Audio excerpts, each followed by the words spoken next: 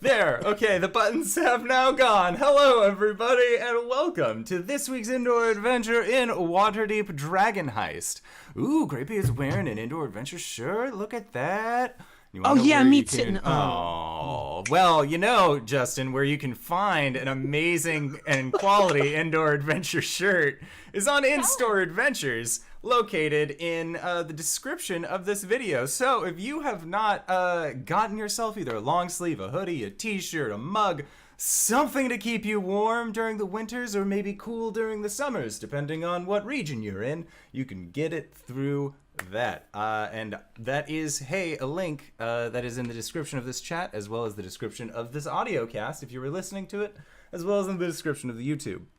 And of course, we are here live at twitch.tv/The Indoor Adventure. Today, Tuesday, February 12th, 2019. I was about to say 18, but yes, we are live.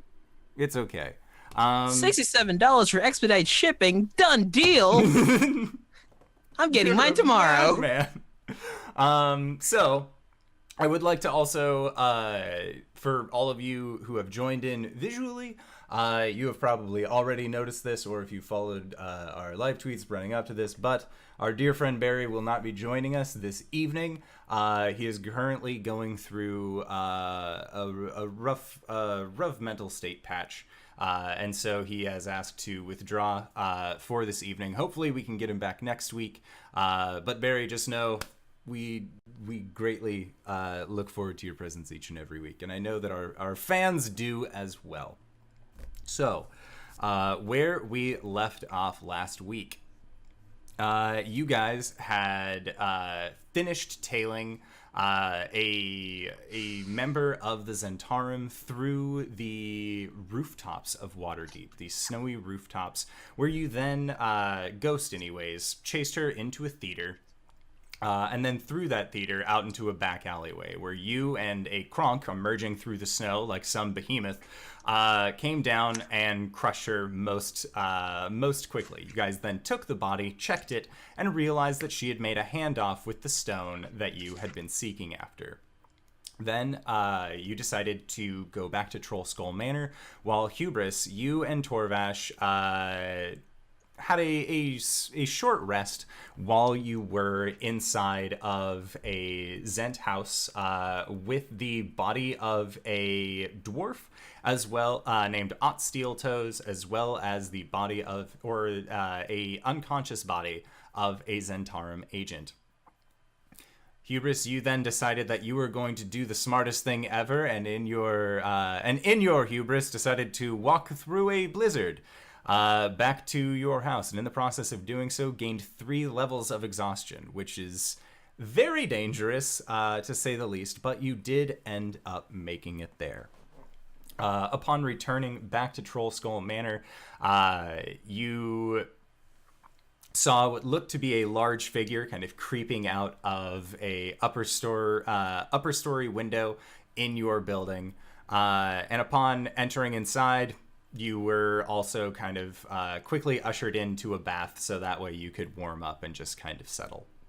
The next day, you guys all reconvened with Torvash, who was kicking his way through the snow, saying that the Zentarum agent that he had told that he was going to read the mind of in the following morning decided to bite their own tongue through during their through the night, and ended up choking on their own blood and drowning.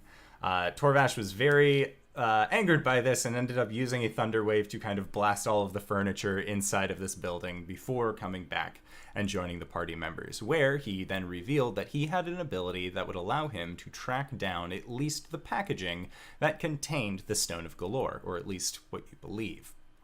After hopping onto Kronk's shoulders and Ghost, you and Hubris walking very tediously through the snow, as Hubris is still at half of his movement speed, you guys, Torvash and Kronk, ended up being able to go to the Yawning Portal, and through luck, were able to talk to Durnan, the owner of the bar, who ended up letting them know that he had actually, he had that bard that you believed had the stone, try out at his bar, and he gave you a location as where to try. So you guys were currently actually on your way to the dock ward, to the Mistshore neighborhood, in an attempt to try and track down this stone. And on your way there, as the snowy, the snow begins to thicken, as once again you kind of fear that maybe there is another blizzard on the rise, you saw a group of individuals crowded around the side of a building. And upon kind of pushing your way through and Torvash climbing up onto, or it was Torvash and Ghost who initially walked forward. Hubris, you climbed up on Ghost's back. You saw what looked to be a grayish-green skinned individual who was about 7.5 feet tall, sitting on the ground, knife plunged deep into his chest with a note off of it that read, "And scoundrels all." And that is where we are going to pick up this week, is coming across this body, which, as you can see, is wearing these dark black leathers with blood that seems to come down from their neck onto the chest, long, thick strands of black hair covering the face. Question. Yes. One, how fresh does this blood look? Make a perception check or a medicine check. Actually, I'm going to say medicine or survival. Sorry. So either of those two. Okay, that's a 19. Okay. So with a 19, you would know that this blood, it's hard to say because it's kind of like it has frozen over. It's not still warm enough that it is just free flowing still. Like this isn't a very fresh, this doesn't look fresh. It looks like it possibly happened either overnight or several hours ago. Okay, and how many people are gathered around? It looks like there are about 12 people that are gathered around. Okay. Ghost is gonna move forward and is he sitting? Yeah, he is sitting on the ground, legs splayed out. Okay, so she's gonna push his hair back. It is the face of Zaraj the Hunter. Ooh. Yep, that's what I thought. Okay, And as Torvash sees this, just, that's it, I'm done, I'm walking away, and just throws his hands up, turns around, and begins walking away. And just kind of is, like, pushing his way through the crowd. I would like to make a medicine check on him just to see if he is 100% dead or just mostly dead. Okay. Yeah, make a medicine check.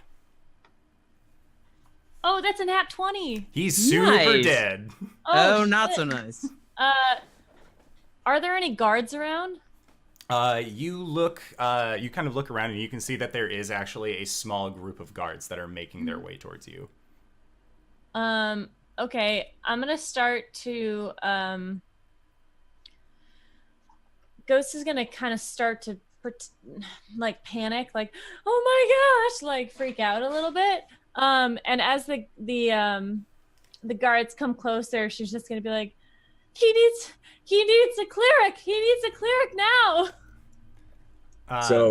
Yeah. As soon as she flipped the hair back and it was Zaraj, Hubris, you were like standing on my shoulders or on my hands or whatever. You felt Kronk just statue up.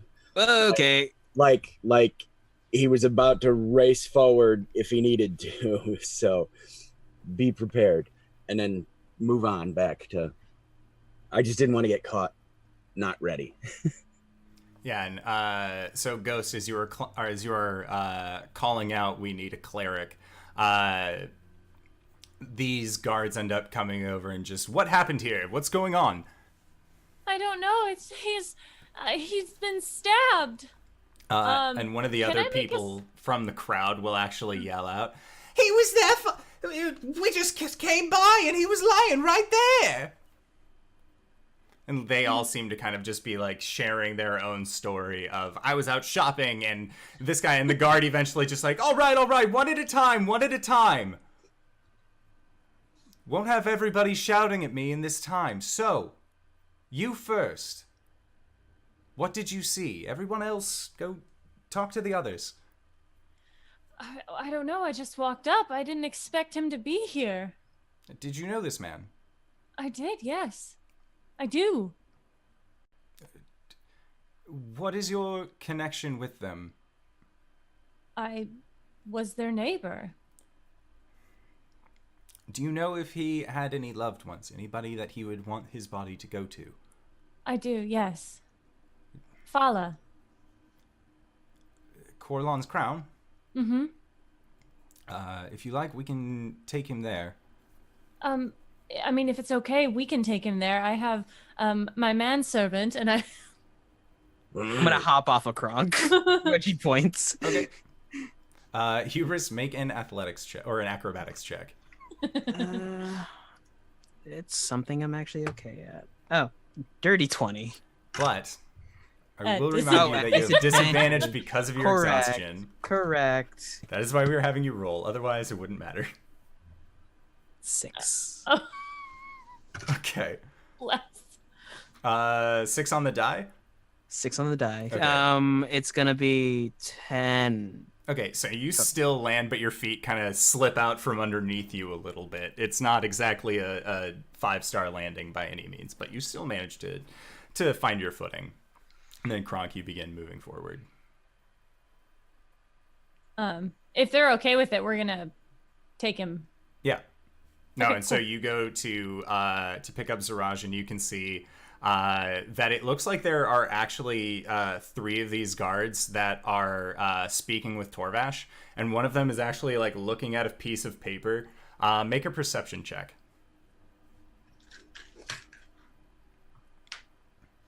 That's a natural 20. You're All right. my favorite dice. So Damn. with your other guys can also make a perception check if you would like. Sure. Some bitch. That's a Greybeard. that's a 7. Okay, and that's at disadvantage. I got a natural 20, and then it turned into a 7. Oh. This is Hey. gonna be a fun night. Disadvantage, you still did better than me. I'm wrapping a body up. 5. All right, so Perceive on fun. so Ghost, as you are turning around and Kronk's wrapping up Zaraj's body, and Hubris, you're kind of just taking in the situation. You look over and you see that Torvash is in conversation with these individuals, and then one of them reading from this piece of paper. Ghost, you hear say, "And accordance with city law, by order of the magistrate, use of magical items against the citizenry will result in your arrest or payment of a fine. Sir, I am going to have to ask that you do come with us." And Torvash just says, "What? Oh, this is ridiculous. I've never done anything." Reported by one Emmerich Froon of Froon's Brews, located Troll Skull Alley. And you see that 2 of these guards just kind of grab hold of Torvash's arms and begin putting him in manacles. I'm sorry. How much is the fine for that, by the way? Fine is going to be... he pulls out a copy of the Code Legal, which I totally had handy on me. I'm not looking at the back of the book.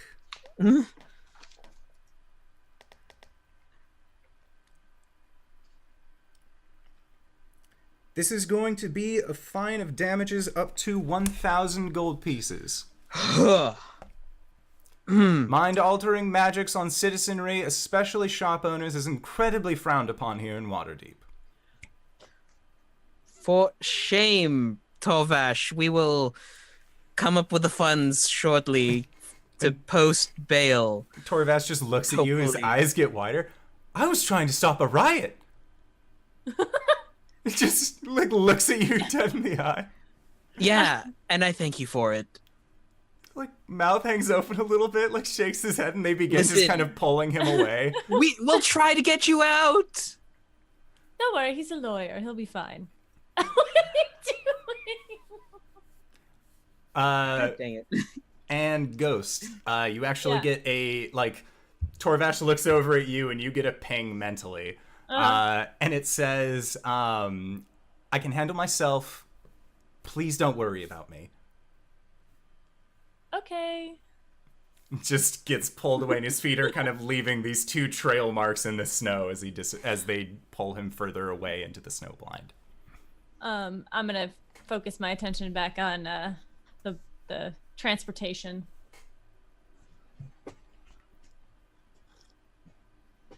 And we should bring him back to the house, right? Yeah. Yeah. They're gonna have to share a room, aren't they? Oh, well, that would make things more convenient for me. Right. Shit. How are we gonna find that stone? I could possibly poke around here for a while and then meet you guys back. No, we're not splitting up.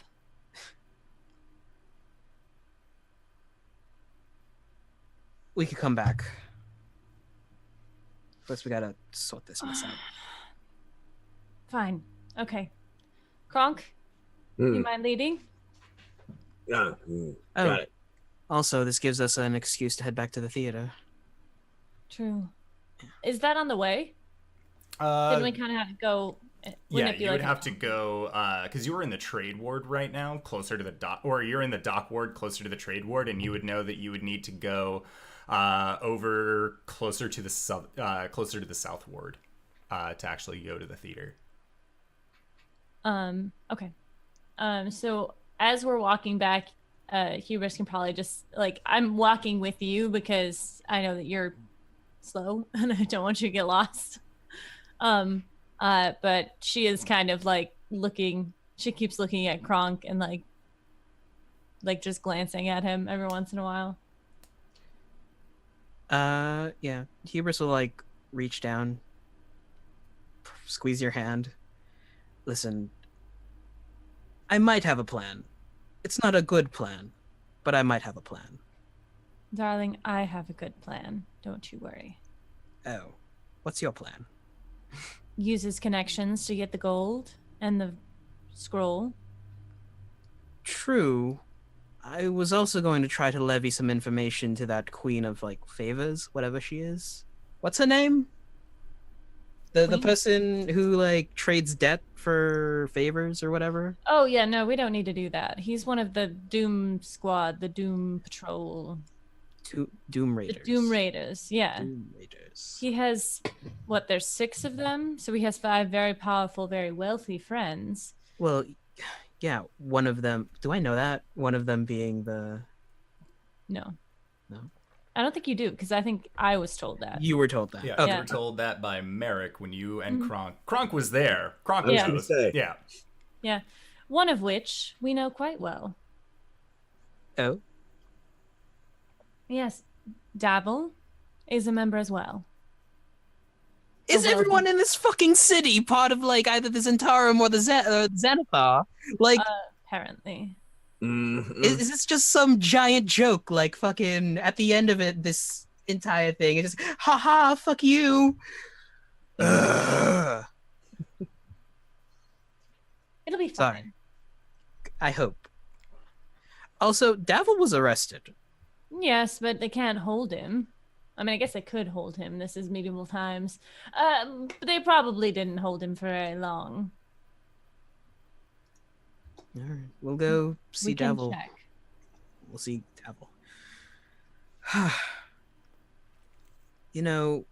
If this curse doesn't get me, it's going to be the fucking anxiety. Could always move to the sea. Could. Nice coconut drinks full of alcohol with umbrellas. Kronk. Umbrellas. Trying to wrap his head around. Yeah. How did they get the umbrella in the drink? Is it served in the umbrella? Oh, like a ladle. If it keeps the water out, it can also keep the water in. Sorry. Detracting. All right, so you guys are making your way back to Troll Skull Manor, and you do without any real issue. The storm is starting to pick up, but it is getting into be more of a full swing kind of thing once you get back to your house. And as it is, you see Kronk kind of acts more like a little kid he like starts sweeping the magic boots along, so it's kicking up snow and stuff. Kronk, we are right behind you. All right. You are carrying a dead body also. I feel like you should, a little respect would be nice. Sorry. All right. Didn't mean no disrespect. I know you didn't. I'm just pulling your leg.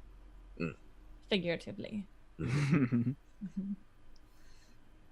are you guys going upstairs or into the tavern? Because your sign's saying that that troll skull, that Spirits and Spirits is currently closed. So, yeah. Upstairs. Can we peek in? Nobody's in there, right? No. Okay. Yeah. Bring him upstairs. I'll move the dresser out of the way to Wolf's room. And. Is the dagger still in Zarash? Yeah, you guys didn't remove that before you took him. Hubris is just gonna. Okay, sorry. Cool. Pat. Yeah, and when you do, some fresh blood does come up because of that. Splatter. Course. I will take 20 minutes and cast Gentle Repose on both of them. Okay. I do not have to have that prepared, correct? No. That's a ritual. That's what I thought. Okay. That's what I'm doing. Is it just a normal dagger, by the way? Looking at it, it looks like a dagger of fine make. And like as you clean the blood off and kind of get a good feel for it, you can tell that it's properly weighted. Like you could use this as a really nice throwing dagger if you wanted. Would it be poor taste to use this? Who are you asking? That internal monologue. Just like goes for Kronk, whoever's listening. Weapon's a weapon. Tucks it into his boot. And then Kronk actually checks Zaraj over. Like, what killed him? And are there other wounds? What's up with his hands? How do his hands look? I mean, how'd the fight go? I'm trying to remake the fight in the old noggin. Yeah, so looking over Zaraj's body, make a medicine check. I'll say you'll have advantage on this because you have checked out many a wounded body before from your time in the gladiatorial pits. I'm an artist. All right. Ooh, I'll take the second one. 11, 12. Okay. So looking over Zaraj's body, you can tell that there are puncture wounds that look like they are in like on his lower abdomen, where you know that it was right through the ribs. You can see that there is actually a puncture wound that goes in between his fourth and his fifth rib at more of an upward angle. So you're guessing that that was probably the finishing blow, just getting right into his heart. But it looks like it was made with like a long needle or of sorts, and your familiarity with weapons would make you assume that this was probably a rapier. And you can see that there are some slash marks that are across his chest as well as what look to be these very grievous knotted wounds on his back that look like there is a large puncture wound. Almost like on the same kind that Wolf has. So you're not exactly sure where that came from. And as well as, again, kind of looking over his back and on his front, there is a series of claws and bite marks that you have seen on those who leave Ghost's care, just kind of riddled along his chest. All right. So what did him in? This one here. And I point up through the ribs towards the heart. He was stabbed? Mm-hmm. And then that's like what Wolf got. What'd you say that was, Hubris? The pistols. Yeah, them. But he was a sniper. What is he doing close combat? They tore him up. What was he doing, Hubris? I might have asked him to get Zord for me. Nope. I fucking warned him that they had those goddamn pistols and he blew it off. He's smarter than that. I mean, he is very powerful. I don't understand how they could have taken him down. Well, his buddies are just gonna bring him back, right? Well, I hope so. Maybe. Oh, they're gonna be hell to pay then. Yeah. Mm. First wolf, now my new toy. Mm-hmm. And Oh, he's like, "What's your eyeball say about that?" He kind of puts a big finger by My eyeball? by your flaming eyeball. so Torvash and I learned something very hilarious and probably apt at this moment. The Zentarum also have the powdered smoke used to... Like the snakes we like, or the snakes we don't like. the eyeballs, big guy. The Oh. The Xanathars. Xanathars. That's who they are. I'm sorry. There's a lot of zzz. Mm-hmm. God damn it. Waterdeep. If you boys don't mind, I think Kronk had a good idea when I should talk to someone. Run along. All right. I'm leaving. And I close the door. Okay. I'm gonna get down on my knees and then well shit, I don't actually know how to do this. Do I know anything? What do I know about praying? Make a religion check.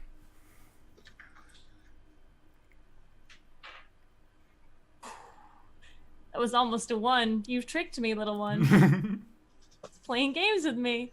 Religion is a 14. Okay, so you would know with your 14 that through some of the base studies that you've had on Asaron and by extent the deity Hor, you know that all of the prayers that you perform unto him are typically done at midnight, as was the hour when you actually were resurrected yourself.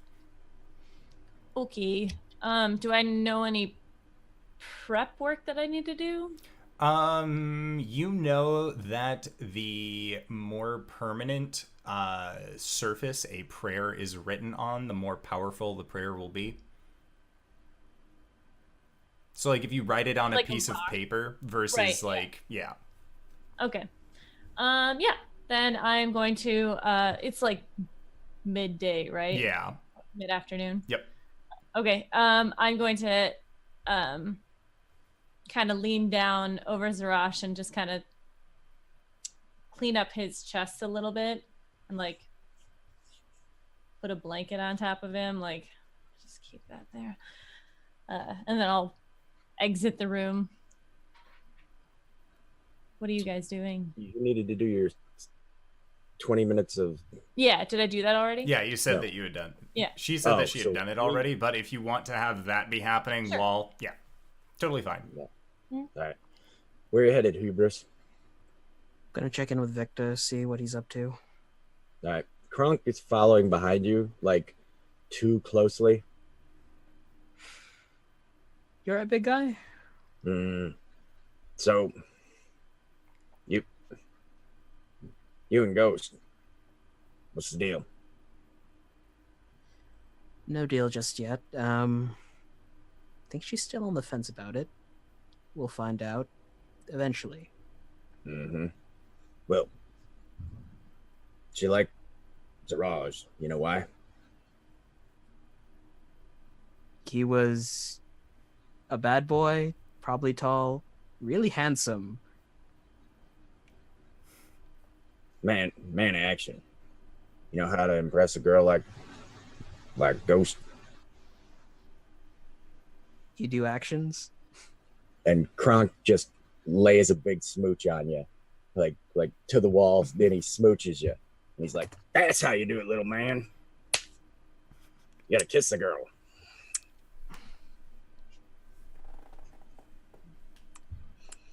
Kronk is not laughing. Huh. I wasn't expecting it.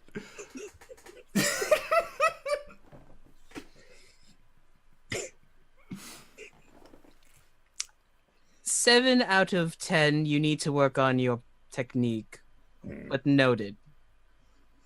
The size, consider. Face-to-face ratio, yeah, I understand that.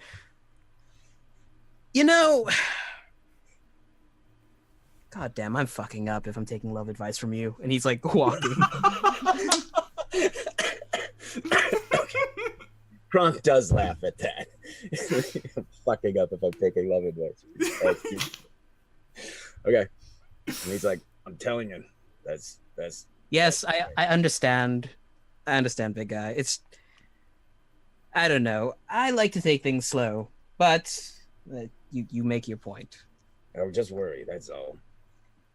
Me and Ghost, and I think you're all right. And he like, he grabs this whole part of your body in his hand and kind of like gives you a... Well, I would hope you'd think I'm all right. We kind of live together. Mm-hmm. Kicks the door open. And then as you're walking in, he's like, yeah, I'll give you 7 out of 10 too. And then he walks back. It just stands there, hands on his hips, like, that really just happened. All right, so you're kicking open the door to your bedroom where Victor is? Yeah. Okay.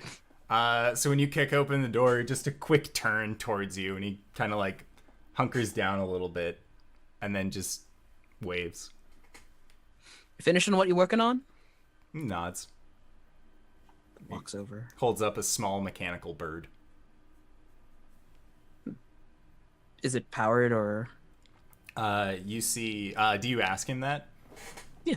Yeah, he pushes the head down, and you see that 2 little blinkers in the eyes kind of pop on, and it starts to flap its wings. And then he just pops it from his hand, and it begins to fly around. That is very neat. Nods. All right, Victor. So, how long do you want to stay here? And just looks at you, looks at the table. I'll slide some paper in front of him. And he writes, is it safe here? Will they bring pitchforks and torches? Oh, buddy. Listen. It'll be safe here. I hope. Things are kind of picking up in our little investigation.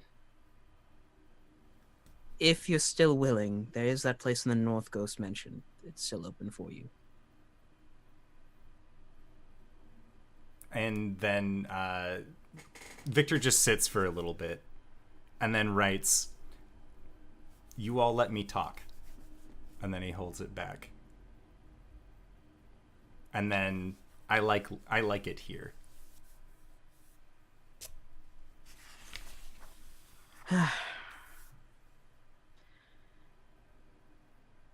We'll discuss it a little further.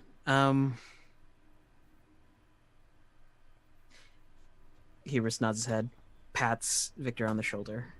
Okay. Just a solid mechanical clap. And then it writes, can I show you my next project? Sure. What have you been working on besides a bird? And he shows you a diagram. And this diagram has what looks to be that same mechanical bird kind of on the inside, but then it is, the diagram looks like it is broken up so that way you can see multiple parts. And it looks like it has 4 legs instead of 2.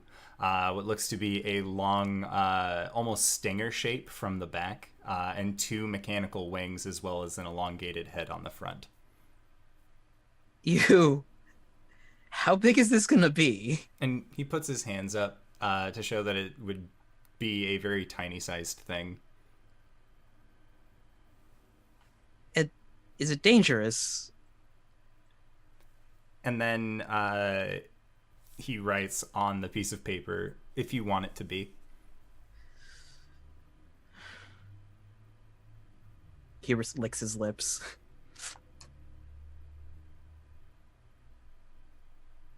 And then he writes, I do not want to go back to the villa.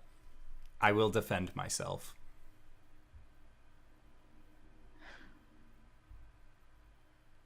All right.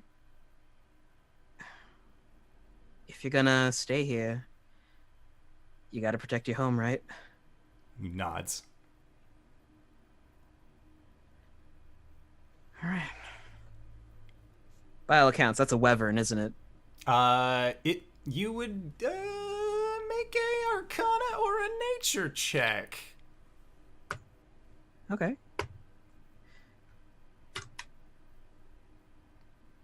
Three. Yeah, that's totes a wyvern. Sounds like a wyvern.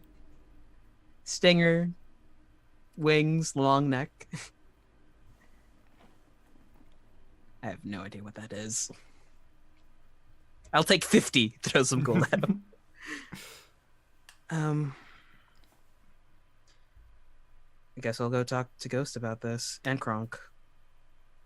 Yeah, so you head back. And Ghost, that's around the time that you get done with your gentle reposes, and then you make your way back out. Kronk, what have you been doing in the meantime, since you had your 7 out of 10 kiss with Hubris?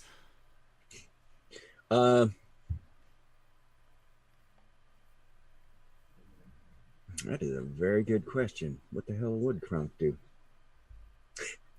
Sit in a chair and wait for people. Yeah, WWKD. Yeah, that's probably what he's doing. He's probably doing the hunch down thing, the Goliath, not quite putting their butt on the ground, sit near the door to where she's doing the ceremony. Okay. And he's just being Kronk. Just a stone. And so Hubris, when you come upstairs and go towards Wolf's room, you see Kronk is just kind of sitting off to the side by the door, and that's around the time that Ghost opens up the door as well. And she just closes it gently behind her. Do you think we still need the dresser in front of the door? If he hasn't reanimated at this point. Right. So Also, sometimes I would like to go see him, and I don't want to bother either of you two. but then we won't hear if people try to get in there and get his arm. Okay. We can keep it in front of it. Why don't you push it back, Kronk?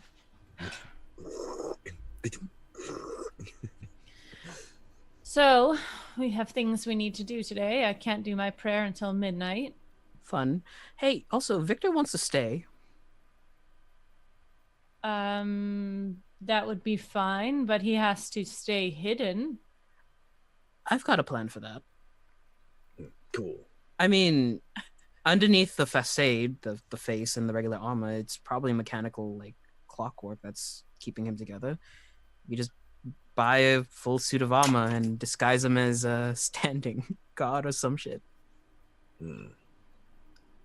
Well, that definitely could work.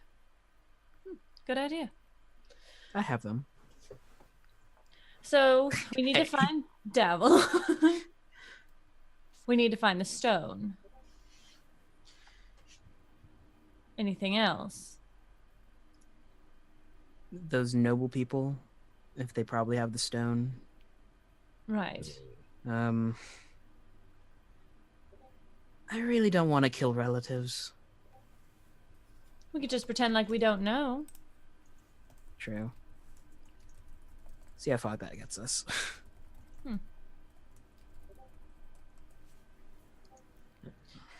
All right, well. Which shall we do first? Do you have an address for Devil? Oh! Speaking of, I have the take in my room. And she's going to turn and grab the take. Right. That's 145, right? I wrote it down. Yes, it was 145 gold pieces. Yeah. Mm-hmm. Hubris is just gonna quickly count out 48, 48, 48, 2 piles to both of them. Then from his share, he separates half, and then pockets the rest.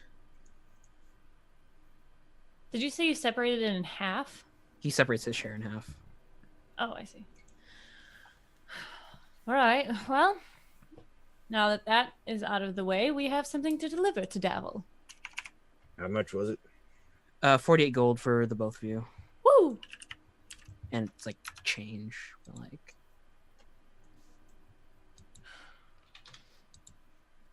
I'm just gonna deposit this in my room for later use, and then we can head out. All right. Away. All right. So yeah, you put your money away, and you guys all reconvene closer to the door, getting ready to exit and enter once more onto the streets of Waterdeep. So where are you guys going first? Do we have an address for Davil, or was he just picking up his stuff from our... He always just picked up his stuff from the bar when he went to his shift. We can check the jail. That's true. Where's the jail in relation to the yawning portal? In relation to the yawning portal, it is actually down one of the crossroads, one of the main horizontal roads that are there. Okay. So I would say check the yawning portal first. Sorry. So I think that we should check the yawning portal first, just in case someone there knows where we can find him if he's not in the jail, since it's on the way. Sounds smart. Thank you, Kronk.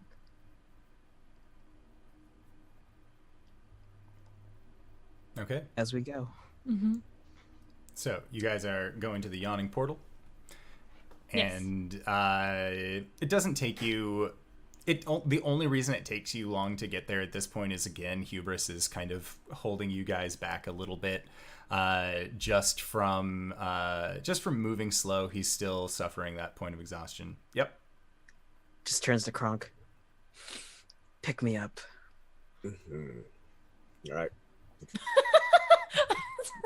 Mm-hmm. All right. Wasn't quite that intonation. I don't like that. Look, I won't stop any shippers out there from taking it that way. I said it wasn't that intonation. All right. But how do you want to ride? Shoulder, back, or baby? He's just gonna sit on your shoulder. All right. There's probably enough space for that. Mm-hmm. All right. So yeah, you were sitting on his shoulder, and you guys are heading off, and it takes you a little bit to get to the yawning portal, mostly because you're trying to find the main thoroughfare that'll actually take you to the location through this blizzard. But you do end up finding it and making your way there. And when you actually come inside, Durnan is still at the bar, still seems to be serving. And it looks like maybe his... You don't think you've ever actually seen anyone else serve at this bar besides him. He's just an all-day kind of guy. This is his thing. But you can actually see on the stage, or close to it, Davil is there currently talking with the other members of Not Doug, and they are all currently just speaking to each other over warmed cider. I'm going to walk up behind him, and I'm going to say, I'm going to try and mimic Hoon. Make a deception check. Okay.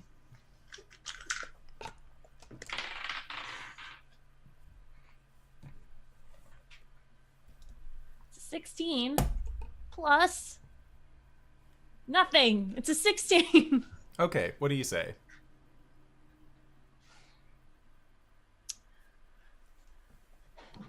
Fancy seeing you here. He just steadily turns his head around and just, you're terrible at making voices. You know that, right? I've only seen her once in the last 10 years. Give me a break. So, boss, what can I do for you all? We'd like to have a private word, if you don't mind. Yeah, that might be for the best. You both just go over there. And, like, he motions to, like, a group of, there's, like, a group of fangirls that were swooning over at a table kind of far off, as well as a couple fanboys that were there that were also trying to make eyes at the band. And the two other band members kind of, like, roll their eyes, like, yeah, we have to do this all the time, and, like, stand up and goes over. And Davil just motions for you to sit. And Kronk says, I prefer the term co-artist. As co-artist is, you know what? After the poem that you read out, I would be more than happy to be a feature on one of your tracks. No, He gives you Nux. Now, and he like shakes his hair back and kind of ties it back a little bit. What can I do for you? Well, first of all, how was jail? It sucked. I don't like. That was bad. Did you guys end up having to go? Earlier. Yeah. We were there at the massacre. Whoa! Okay, Directly after. Hold. We weren't involved.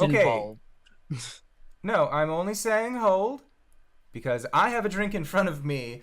You don't have drinks in front of you, and you're about to tell me some really heavy shit. So why don't we all get on the same playing field?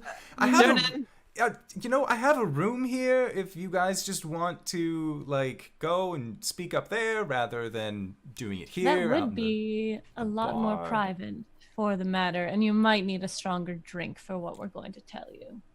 Weird, but okay.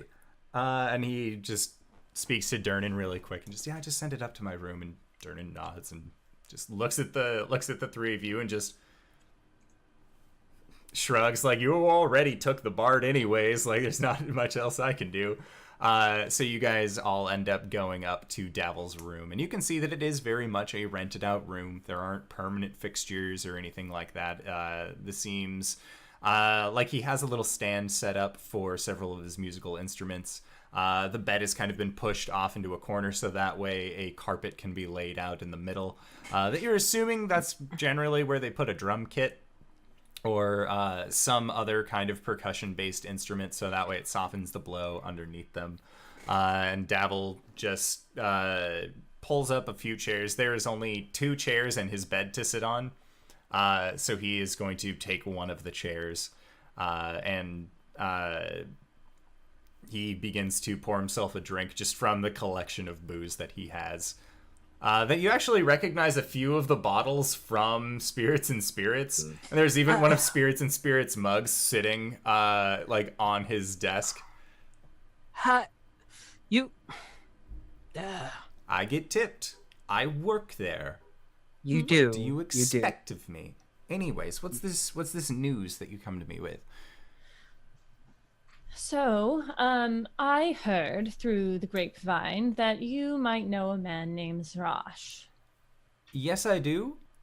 But I heard through the grapevine, like, not even 5 minutes ago, that you were at the massacre. Hold up. Let's talk about that really quick.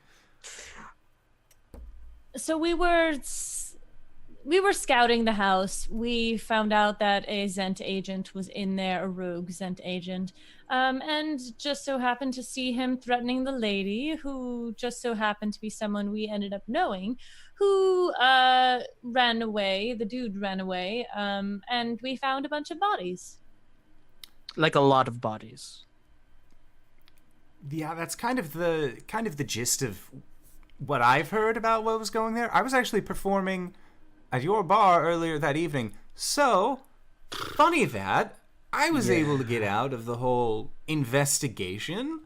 They know I'm a Zent now, which kind of blows. But you know, if it matters any, you're always free to play at our bar.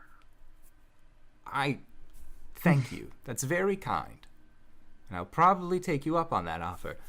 But You said that there was a rogue Zent agent? What do you mean rogue? Like, we have lots of rogues. They do sneak attack and stuff.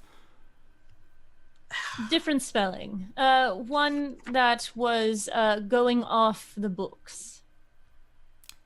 Is a youth. Do you know their name? Yes. He has a split lip. He was Rabaz. Yes, he was seen in connection with quite a few other nefarious dealings. Yeah, he is. That he is. So if he was there, and it wasn't really us, and I feel like it's a real shame for everybody to blame, what we do. Wait, what do you mean? So, well, there's, my Zents, our Zents.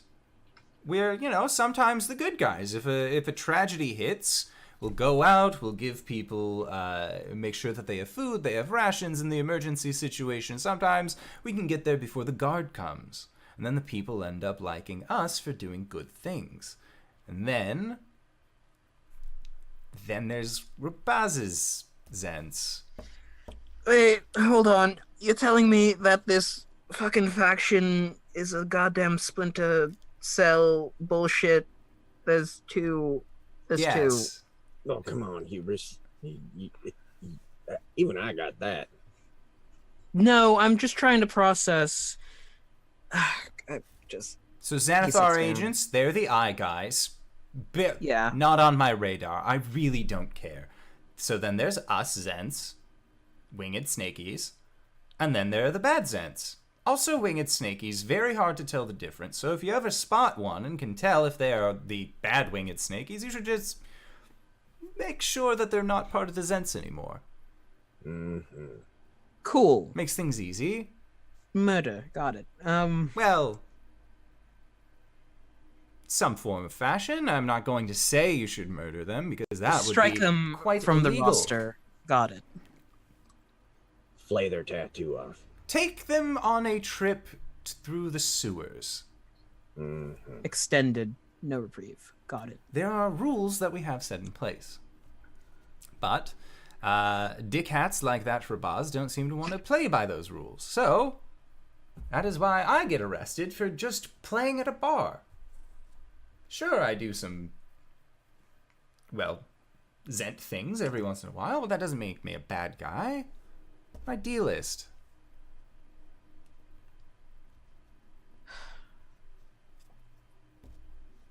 So what was it that you had said about Zaraj? Is he causing you trouble? Is he with these split lip fuck faces? Oh, no. No. He was our handler. Well, their handler. Yes. Are you not part of the... I really thought that you were... No one explained this thing in full to us. No, not really. We were told that somebody was going to give us jobs occasionally. And did they? Yes. That's good. It's good that they did this. But it was never explained that there's a split in the faction or that, I don't know, if there was any other... Why would we explain if there was a split in the faction? So that we could avoid shit like getting... What are you going to say? What are you going to say if the guards arrest you? Oh, I'm part of the Zentarum, but don't worry, I'm not part of that Zentarum. I'm part of this other Zentarum over here. Yeah, that'd totally fly. So that we could, protect ourselves? So we had some forewarning that some Zentarum would stab us in the back? Look, all Zentarum are capable of backstabbing. Most of the ones that are doing the backstabbing, though, are going with the other ones. This is so fucking confusing. Anyways. Zaraj was your handler. Good. Yes. You haven't heard from him in a couple days since I got arrested, but last I spoke with him, he was doing well. I'm glad he was giving you jobs. He was on a mission last night. He went to the carnival boats. Why? I don't know. He didn't tell me. Why? Kronk looks at Hubris. Those boats are like... They're All right. currently out in the deep harbor. You would have had to actually, like, swim out or get a smaller boat to get onto those. I don't know what happened or why, but he was killed last night. You're very funny. And a very bad liar. You're funny, too. And a skull face, just total stone. Hold up. And he grabs a bottle, pops open the top, and you see him pour a drink into a glass, and then pushes it aside. So that one's for later, and just begins drinking out of the bottle itself. No. We need your faculties, sir. Just hands up. Goes about a quarter of the bottle and then sets it down and just, Okay, first off, I always have my faculties about me. Second, that was it, really. It's just rude to interrupt a man when he's drinking. Anyways, so Ziraj is dead. That's news. Mm-hmm. Well, I mean, it's been like 4 hours, so... But... That's fresh news. Even better. Yes. I could bring him back given the proper tools. And I don't know, again, we weren't told very much about the Zens, but I assume that they have resources. I have the capability to use a resurrection scroll as well as keep him fresh for longer. Well, funny thing about having a schism inside of your gang. Sometimes you have things, other times you don't. And that's why I came to you. Yes, we have the money. But as far as the faculties that you mentioned previously about actually getting together a scroll and getting together this resurrection material, guess who decided to go join the other Zents? The clerics of our faction. Woo! Fuck. How powerful are these clerics? Not very. I mean, powerful enough that they could create something that would allow for people to come back to life. That's how... I think Istrid came and asked me about it a couple, 35 days ago, something about that. That was the last time I talked to the clerics, but they seemed to know people who knew people, and they were able to get us what we needed, and that was good enough. So how much would a scroll like this cost if we went through, let's say, normal channels? If you went through normal channels, that is going to cost, it's only 4 hours old, closer to 5,000 gold if you have it. Well, I have 64. Well, that's a start now, isn't it? Now, once you just start busking on the street corners, you'll have that money in no time. Yeah. Every bard gets their start somewhere. Now, do you have 5,000 gold for this? No. That's not including the diamond. You will Nope. need a diamond at least worth 500, or at least the powdered up dust of 500 gold pieces worth of diamond. I know, I've done this before. Oh, good. Then I don't have to explain very much. So, if you can just point us in the right direction, we can kidnap a cleric or hold them at ransom, and you could get us the diamond. I can get you the diamond. As far as getting a hold of one of these clerics, like I said, I don't believe that there were any directly in the city that worked for us. This is all through different channels, you see. Our clerics would just talk to other clerics that weren't associated with the Zentarim, and then they would end up getting us scrolls, and then they would end up giving it to our clerics, and our clerics would then give it to us. Yeah, infiltrated. Got it. So Yes. basically, yeah. Okay. What gods did they follow? Do you know? Your clerics? Well, again, this is a group thing. Right. Typically followed, some like to follow Baal, the Lord of Murder. Others like to follow Bane, the Tyrant. Some like Kellimvor. He's cool. A lot of death. Some liked Our Lady of Pain. Others liked the Poisoner's God. Are you looking for like a Lathander follower here? No, I'm sorry. or- I stopped listening. Oh, good. I'm trying to think.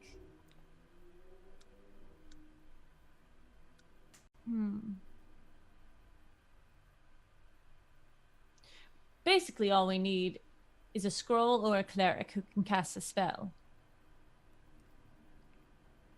It would appear so. That and, you know, a diamond. Well, you said you could get that, so check. Haha.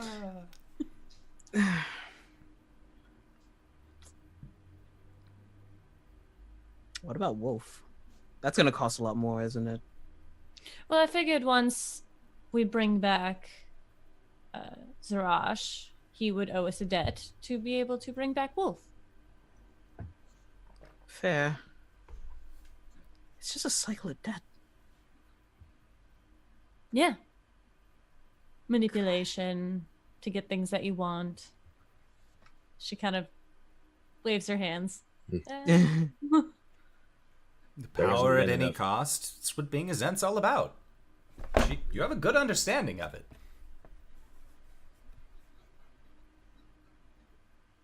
All right. Let's make a plan. Or we don't have to. I would like to. Think of the power we could have. Or Listen, influence. I told you I'd back your play, so I'm gonna back your play. Cool. Settled. All right. So, way I see it, two factions in the Zents at war. One of them's on the side of the circus folk with some drow and some guns. Wait, what about Drow? Oh, hey, so you know the circus folk out on the sea? Yeah. Yeah, so they're related to the drow somehow. And they've got pistols. You know that thing that I used to carry around? Yeah, I saw it a couple times. Thought about Yeah. copying it, but didn't. I appreciate that because I would have had to kill you. He smiles at that. It's a very Yeah. confident, I'd like to see you try kind of smile. I'm pretty sure a couple of those are what did Zarash in, besides the yeah. Took right beer through the heart. And Circus fun folk did fact, this? huh? Circus folk? They're- They ain't circus folk. They drow. Well, no. Well- Hubris saw them up close. Yeah.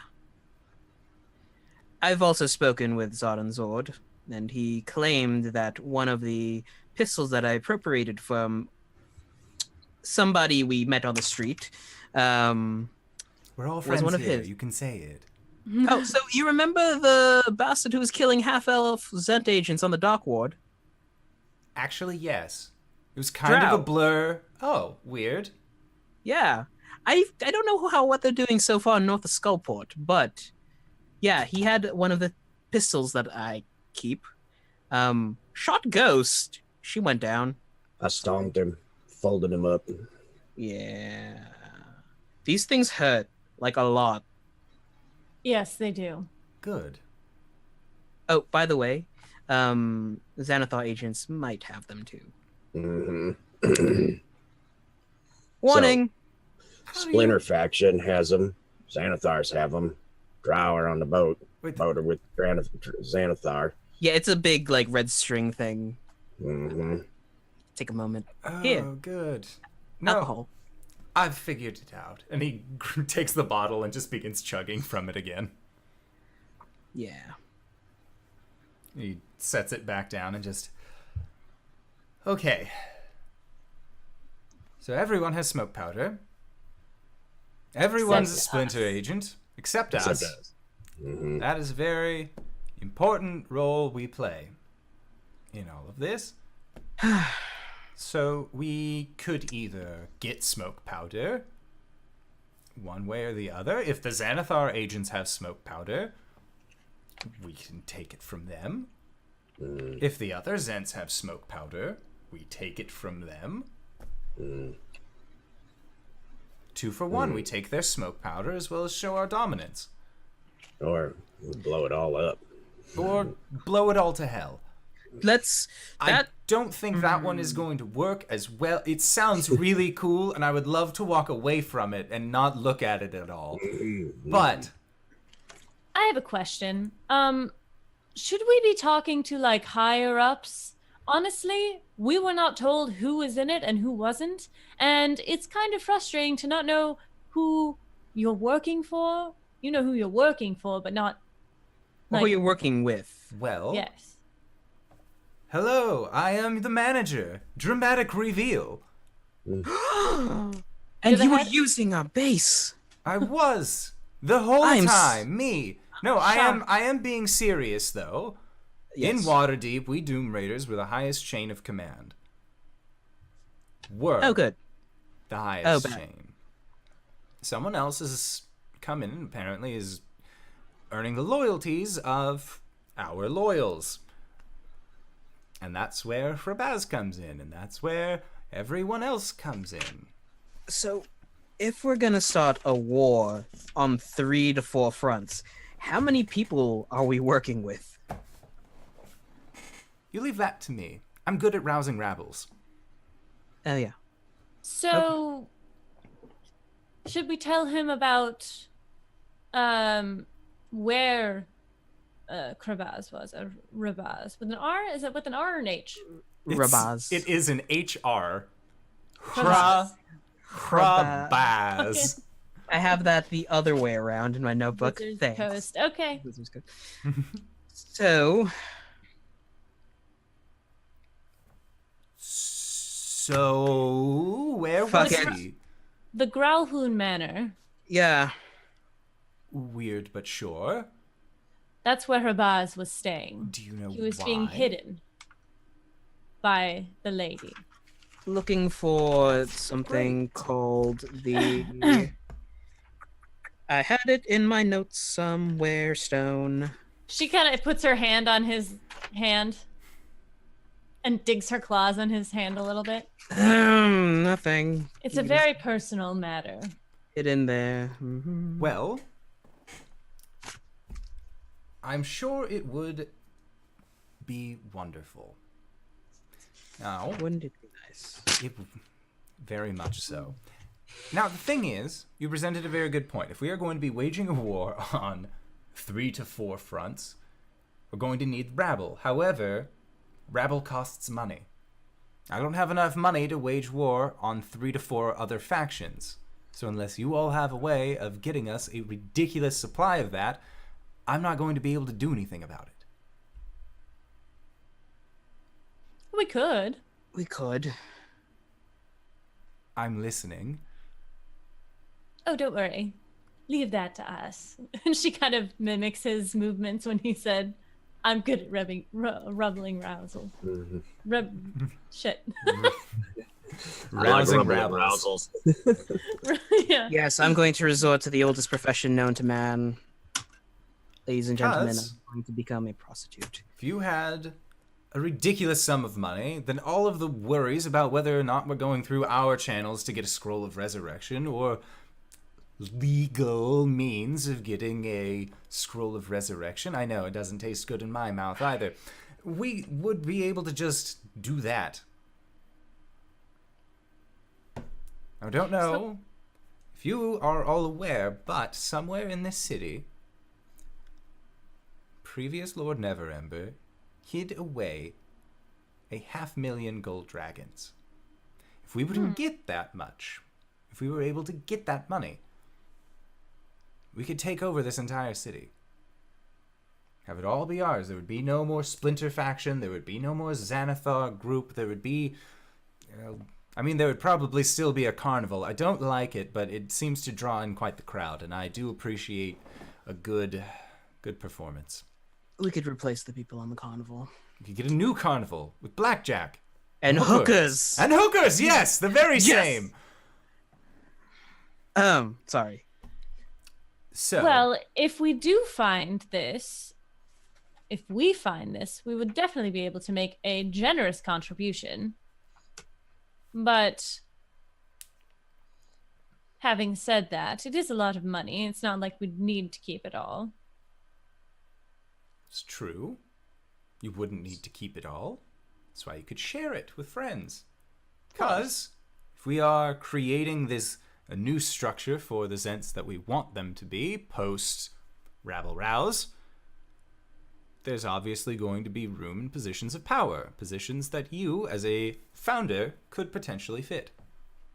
Kronk and Hubris, you just see Ghost's ears twitch a little bit. Mm. That sounds like it could be a plan. I think it would be mutually beneficial, because if you help me do this thing, then I can help you. And you already expressed to me that you want power, you want control, you want all of these things. And lady, if there is something that 500,000 gold dragons can get you, it's power and it's control. May not be above the table, but it'll still be there. We'll look into it. If you would. Also, speaking of giving jobs, you all said that you were there at Growlhound Villa. I do know somebody who's looking to lay low for a little bit, and also is curious about the information that you could possibly have. Whomst. Another one of our, another Doom Raider. Her name is Istrid. She's willing to pay you all for a 10-day stay. She is willing to give you 10 platinum pieces. Huh. Would she be comfortable staying in a house where her dead friend is also? Honey, we raided Lich's tombs. If I'm not comfortable sleeping where they're surrounded by dead people, then I really wouldn't have been cut out for that job, and neither would Istrid. All right. Tell her to pop by. Knock 3 times. I'll be sure to do so. Now, is there What does she look like? She's a dwarven woman. Shield dwarf, darker skin, no beard. She's probably going to be very pissed and very cold. We'll bring up some rum. Seems like a good idea. Or is she more of a brand? On a different note, everyone else who is in the jail, have they been released as well? Everybody who wasn't associated with the massacre, yes. Oh, All good. right. So we can open the bar tomorrow? Should be able to. Have you had it closed? Yeah. Yes. We've All had- of our staff was arrested. That looks so suspicious. That's fine. We'll figure it out. Just say we were on Play it holiday. by- Okay. I mean, suspicious to who? They already know that all the Zents were there. Suspicious to your neighbors. And to other people that live around where they see a bunch of people getting arrested and then you close for several days. I mean, I don't know how more suspicious it could have been when everyone in our bar was arrested. He wasn't. And he points towards Kronk. You said he wasn't even a part of this. He's not, and he won't be. Well, one Goliath don't make a bar. I beg to differ. But, argument for a different day. Now, is there anything else? Yes, I if can we do are for going to you? move forward in this arrangement, I mean it, Kronk stays out of it. Yeah, okay, I mean it Free too. man. All right. No, like I've heard you call him your bodyguard. If he doesn't want to be part of the Zents, he just can't come to important meetings, and that's it. He can stand outside with the rest of the guards, but he just wouldn't be able to actually be there to hear the things. I look at Kronk. I don't listen most of the time anyway. Excellent. Fair enough. What?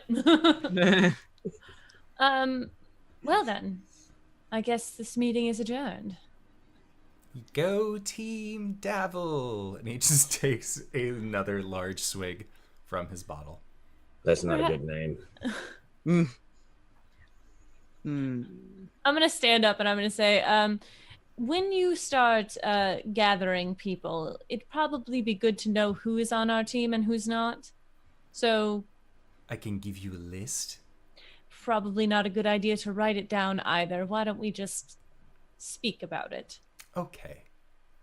Right. And if this whole branding thing, I think might be a little bit, I get it, but also Look, there have been problems with management. I will be the first to admit that. Some things we expanded very quickly to combat the Zents, and things just sort of got away from us a little bit. And now we're dealing with a splinter faction. So yes, I agree that this quick branding ideology would probably not be the best as a future practice. all right. Initially, it was a whole initiation training montage sequence-like event. We'll reassess the trial period when this all blows over. Sounds good. See you, Devil. Toodles. And then he Bye, just buddy. and he just puts his hand on your arm and just, goodbye, big fella. Mm-hmm. And then you see him walk over, and as the door is kind of shutting, you see him actually go, and he takes the bottle that he's been drinking out of, and he just pours the glass that he had filled onto the floor as the door closes. I would like to roll an insight check to kind of get the gist of, like, try to see. He's a bard, so I know it's gonna be hard, but to see how sincere he was being, I guess. Yeah. Make an insight check. I just didn't want to interrupt stuff. Oh, that's a 8 plus 6 is 20 or 14. It's like 8 plus 6 equals 20 something. What kind of math is that? 24. 24. All right, so with your 30. 14, you know that he was being sincere. You guys brought him news, both good news and not as good news. You talked to him about things that he is kind of required to talk about with other members of the Zents. And seeing as how you have already shown your allegiance by coming to him with these issues rather than anybody else, as well as, like, he trusts you because he worked at your bar for a while. He didn't seem like he was trying to hold any reservation back. Cool. All right. So, to the docks then? To the docks. All right. So you guys exit out onto back out onto the city street, and not Davil, but Durnan just kind of waves you guys off as you continue about your way. And once you get back out onto the street, the snow is just kicked up again, and you guys are still caught in this long blizzard that just seems to be permeating over Waterdeep. Hubris, luckily you have, like, triple layered yourself, so the cold is not a problem this time. Continuously casting Like fucking prestidigitation. prestidigitation to warm himself up. Just deep in your That's awesome. pockets, so that way you aren't doing it, like, out in the open. Hate the winter. And as you guys continue onward, make a survival check. You can either do this as a group, or you can elect one person to make the survival check and roll with advantage. I'll do it. Please do. Advantage on. That's 13 and 14. Okay. Yeah, so with your 14, it takes you maybe takes you about 25 minutes to actually maneuver your way through the city streets until eventually you get to the Mist Home neighborhood. You've never actually been there yourself, so you had to a few points kind of stop and quickly ask people for directions, mostly because they are also out in this blizzard and do not want to be there anymore. And as you approach, you see that there is a woman on a carriage that's just arms folded, looking real pissed off, just kind of out in the snow. And you walk by her into this neighborhood, and you can see that there are a bunch of old shanty houses. And these houses look like they were taken from the parts of broken vessels, different ships that have kind of either crashed or washed ashore into the Deepwater Harbor that they've then harvested and turned into homes. And you can see that there's even a ship that's up on its side on this dock area that looks like it has areas that you can actually walk inside of it to get out of this cold. And as you continue to walk, you also see that there are groups of humanoids that look like they are wearing way too thin of clothes to actually be out in this horrific weather, that are all just bundled up next to a fire, and you can see that they're just trying to rub their hands and keep warm. And as you guys walk by in your very nice coats, in your very thick winter coats, you see that there is envy and resentment that is kind of directed towards you guys as you continue to walk through this area. I would like to stop at those people, if you don't mind. Sure. I'm going to are they like in an alley or just kind of off to the side? They are like scattered throughout. Like it is okay. It's like fires, the like in a cylinder, I guess. I don't know what they're called, but the fire things. Yeah, there's just people kind of gathered around them. Sconces. I'm gonna approach one who looks not as angry that I'm there. Make a perception check. Are they undead or fiend?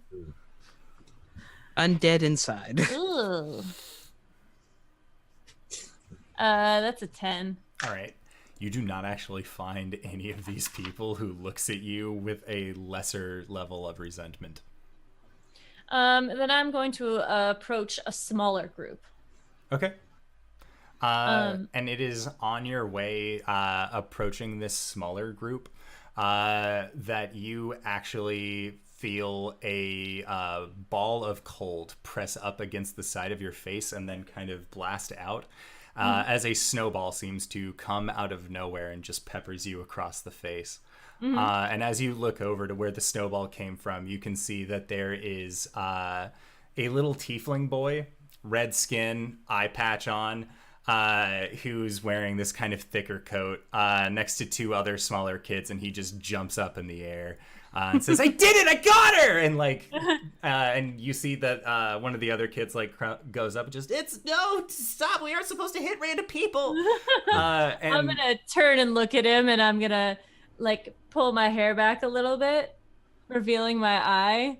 And I'm going to smile with all my canines. Not in a really menacing way, but like in a, ooh, I'm scary way. And as you do that, you see all of these kids, just two of them just go, "Whoa!" And like the tiefling kid drops the snowball that he had in his hand as you do, and you see that there is a third one. There is a small human boy, a tiefling, and then what looks to be a taller, lankier human female.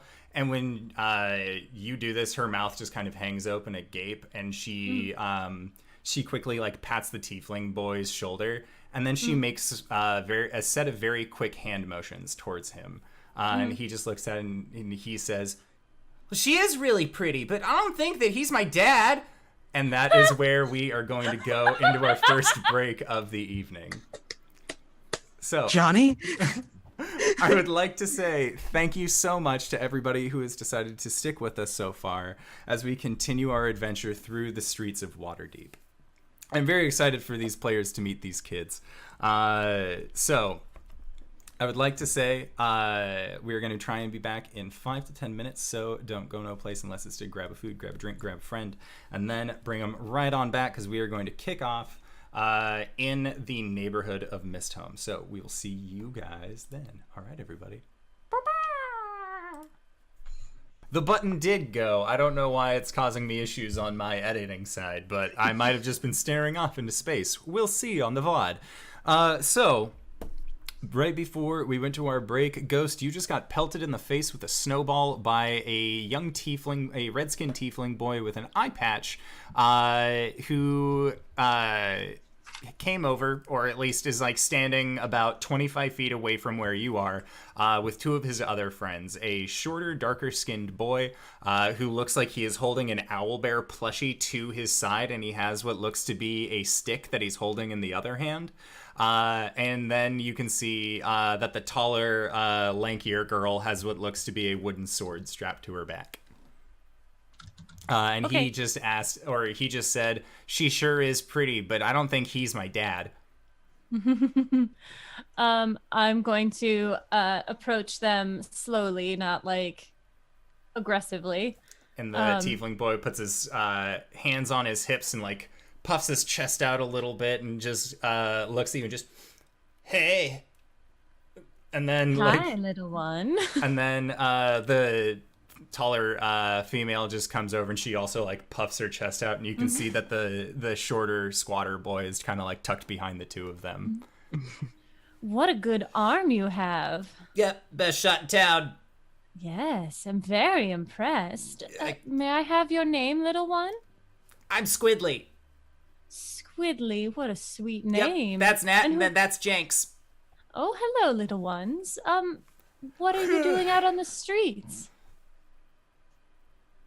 You just kind of look at each other. We're playing. Oh, but it's so cold out. Yeah. It's really fun. That's why you gotta play really hard, so that way you get all full of the fire in your blood. And then that way, as you're running around, you can just kind of like shake off the snow a little bit. Oh, that's very smart. And then if we get cold, we just find we either go into the sewers and then hang out there for a while, or we find a really nice place to just kind of like get away from the snow. Usually on a rooftop. Oh, that's a very fun place. Makes sense to me. I'm good at spotting him, he says, and he just kind of like smiles, and you can see that he's missing some teeth. So cute. Are your parents not around, or are you guys bold adventurers out on your own? And as you say that, you see the girl Nat pulls out her sword and then levels it up and just like strikes a post, just and then Squidly, you see him like pull a bow out of from behind his back, and then he points a toy arrow off to the side and just, we are intrepid adventurers. Oh, I can see that. You must be very dangerous. Here, watch this. And he just shoots an arrow and it just sails off onto the roof of a building with a very nice, it just sticks out at the top. Wow. Hubris, isn't that impressive? Like golf claps. Are you my dad? You know, how old are you? He just looks at you and just shrugs. He returns the shrug. Could be. Awesome. Well, do you guys, are you from around here? Mm-hmm. Oh, do you know the people who live around here? They all kind of just nod their heads. And you see that Nat has actually gone over towards Kronk, and is like touching her sword against your scimitar. Mm-hmm. And she looks at it, and she kind of like puts her hands out, like if she can see it. Yeah. And he unsheaves it and hands it to her. It's like, that wooden thing ain't gonna hurt nothing. And then just wide-eyed, she takes it, and then Ghost, as you're talking to Squidly, just goes, "Oh, not fair!" and like looks like he's just easily distracted by Kronk pulling out a scimitar. And Go ahead. pulls out a couple javelins and he's like, "Here, you might need this and this." Wow! And you see that the little squad boy just says, "A javelin, this is not my wizard staff shall appear!" And he just kind of is like holding it above his head. Mm-hmm. There, now you can poke someone's eye out. That's And then Squidly just looks up and he's like, "But I only have one left." Me too. And I move my hair off to the side. Whoa! I want to do All right. that. Don't poke each other's eye out. How do I Just do that? Other people. Well, you have to die. I don't want to do that. Yeah, no, you don't want to do that. No, that sounds scary. It is super scary. I had to talk to a god. Whoa! And like as you say that, Nat's eyes also get big, and the younger boy Jenks just seems to hold his little owl bear plushie tighter. And she was all crispy critter, like all burned up, like a burnt. That's awesome.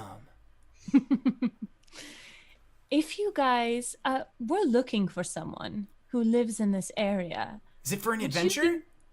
It is. We might actually be hiring some intrepid young adventurers. And We Kronk would. And you reaches see, in a pocket and he's got 3 coins. He's like, I don't know if we can afford these guys. I only got these 3 gold. and all of their eyes are just huge as this happens. And so as you hand these 3 children their gold pieces, Oh no, we haven't hired them yet. they just put their hands out, and that just goes to hand back your scimitar, and then makes a hand out towards the money. Well, we'd have to make sure that you are worthy of the adventure. And then you'd also have to complete the contract. Jenks! That's Jenks! And he starts like patting his friend. Just, oh, what? You know how to read? You know how to read, right? Just, I read all sorts of wizards' tomes, and just like holding his hands up to prevent his friend from hitting him. Just, I will be their documancer. all right. Well, Hubris will figure it out, and then It could just be a verbal agreement, nothing set in stone. all right. So, the people we are looking for came by here. They live here, right? Last you heard. Yeah. Last I heard, they lived down here. And I feel like you are very clever children and might be able to tell us where they are. Well, who are you looking for? His name is Aegon. Agron? Agron?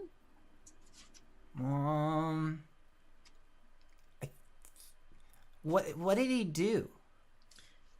Oh, Is he just he a has guy? something that I need. Yes. Apparently, he's also a pretty shite bard. Oh, Mr. Music Hands! Oh, That's what they meant. yes. Yes. Sorry. I know, Mr. Music Hands used to play around here all the time. Oh, have you seen him recently? Saw him. He's been coming by. Most every day for the last week or so. He always comes by with that lady, and he motions off towards where the horse-drawn carriage would be. Okay. I'm going to put his hand down, lower his point. I'm gonna say, first rule is She touched when me. when you're pointing someone out, Huh? don't use your hand. Use your eyes and your head. Or my bow! And he pulls out his bow and then Yep, no, draws back an arrow. Nope. No. Huh? You only have a. Kronk starts to put the coins away. No, I can adventure. Mm-hmm. Nat puts her sword away, and then Jenks just keeps his wand out. Mm-hmm. So he's been meeting her. It looks like she's pretty upset. Was he supposed to be here? He always makes her wait in the snow. What? It's really mean. It is a mean thing for him to do. I'm wondering, perhaps we could hire these children to be some sort of distraction. By the way, does he get into the carriage, or do they? He comes out of the carriage, and then he goes to where his mom lives. Interesting. So he's inside with his mother now. I think so. Otherwise, I don't think that lady would still be there. I mean, Interesting. I could always sneak up and give them a listen. Perhaps. Squidly just shrugs. Are we hired adventurers now? I look at Hubris. I'm like, I gotta lean up to him. They could still be of use to us. We could always give them an open offer. When he gets back in the carriage, did they just leave? They usually argue for a while. She says some mean things about having to wait in the cold, and then they go off. Does she not like his mother? No, she just doesn't like the cold. Well, why doesn't she go inside? Because he pays her money to wait. But Most carriages come through, just drop people off and go. Oh, So- is she running? Is she driving the carriage? Yes. Oh, okay. Yeah, there's a carriage driver that they have Right. been talking about. Right. Okay, that makes way more sense. You know, I could just throw the carriage through the wall and then. no. That would be so cool! So that's what I'm talking And about. Nat just nods, like, very quickly at the thought of you throwing a carriage through a wall. I could probably hitch a ride on the carriage. I can turn invisible, darling. That's true. And we could follow. It's just one horse 2 horses. in the In the snow. snow. Yeah, would we be able to keep up? You wouldn't be able to keep up, especially because Hubris is moving at such a slow pace, but if Kronk picked him up, you guys might be able to follow. And he could pick me up invisible so it doesn't look that bad. No, he's just going like this, just posing real good. Do you know where they go, little ones? Where who go? The carriage. Where do they go when they leave? I don't know, probably back to his house. Do you know where that is? He just shakes his head. We don't really, we get new bards sometimes, so that's nice. Yes. You know, I know a place where there are nice bards and warm food. And she looks at Hubris. And And- warm drinks. Those all sound really good. Yeah. Do you all know where Troll Skull Manor is? I think so. Well, if you ever find your way down there and you make your way inside and look for either a half-orc by the name of Klee or a half-elf named Eliota, and tell her that the boss says you're friends, and I'll tell them beforehand if 3 stragglers come in, you can find yourself a meal and some drinks. Cool, Nothing what's your hard. name? Hubris. I'm Squidly, and he holds his hand out. Nice to meet you, Squidly. I'll give him a high five. High fives you back. And you see that Nat is just like, yes, but like very quietly to herself. Well, they have been very helpful, Kronk. They have been. What do you think? It sounds good. I think they're hired adventurers. 1 coin to each of them. And they all just look at this coin with just stars in their eyes as they do. Now, rule number 2. Don't spend all of your money on fun things. Only most of it. And then she gives them, well, she winks. Blinks. And he just gives you a really big smile, and he says, I want to get you something. Why don't you give me a name? All of my friends name me.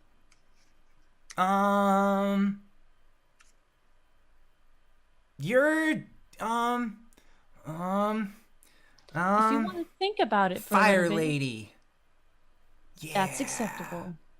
Lady with the I fire like it. eye. But shh, Fire Eye's a secret.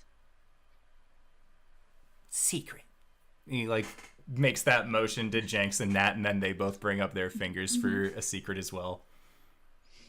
And Kronk doesn't mean to, but he makes a frown at the secret thing. So, what are you going to do now? We were still gonna play a little bit, but if you said that there's food and warm stuff over at your place. No, not today. It's closed today. Tomorrow Okay. night it'll be open. Tomorrow night will be open. We can go tomorrow. Okay, the spirit and spirits. Spirit There's a ghost and there. spirits. And as he says it, he turns to Nat, and you see him make hand gestures as he says it to her, and then she just kind of nods and then makes them back. And you see her kind of mouth the words spirits and spirits as she makes the hand motion. Well, you all have been so very helpful to us. I really appreciate it. You're welcome. And she's just going to like give him like a pat on the head. When you do, he kind of like brings his head down, and you can just see his red tail is just flicking back and forth. I'm gonna look. The carriage is still there, right? Yeah, the carriage is still there. Okay. I'm gonna like lean in, and I'm gonna make them like gather around. Do you guys want to see something really cool? They all nod. All right. You can't do this. Maybe one day you will be able to. But watch. And I like lean over, and I'm gonna like cut myself so they can't see it. And then I'm going to bring out my glowing hand, my Okay. fire hand. I'm gonna ignite my hand. They all just like, whoa. And Jenks just is like, burning hands. Like looks at it. And then she puts it out. Shh. Just like, Hubris is climbing on top of Kronk. Well, as they say. See you, kids. Now you see me. And then invisible. and Jenks is just like jaw visibly drops, looking like a chicken staring up into the rain. Like he's just flabbergasted at the fact that you have used magic at him. Like in his vicinity. Mm-hmm, mm-hmm. It's covered in magic now. He must be an arc wizard. No. It's from the nothing. And as you say that, Squidly pulls out his bow again and puts an arrow. Just, who said that? Can I make a deception check to throw my voice behind Squidly Yes. at disadvantage? Yep. Okay. Oh, that's not bad. That's 16. And as you do, Squidly just like quickly turns around and just looses the arrow in that direction. And you just see it sail off into the snowblind.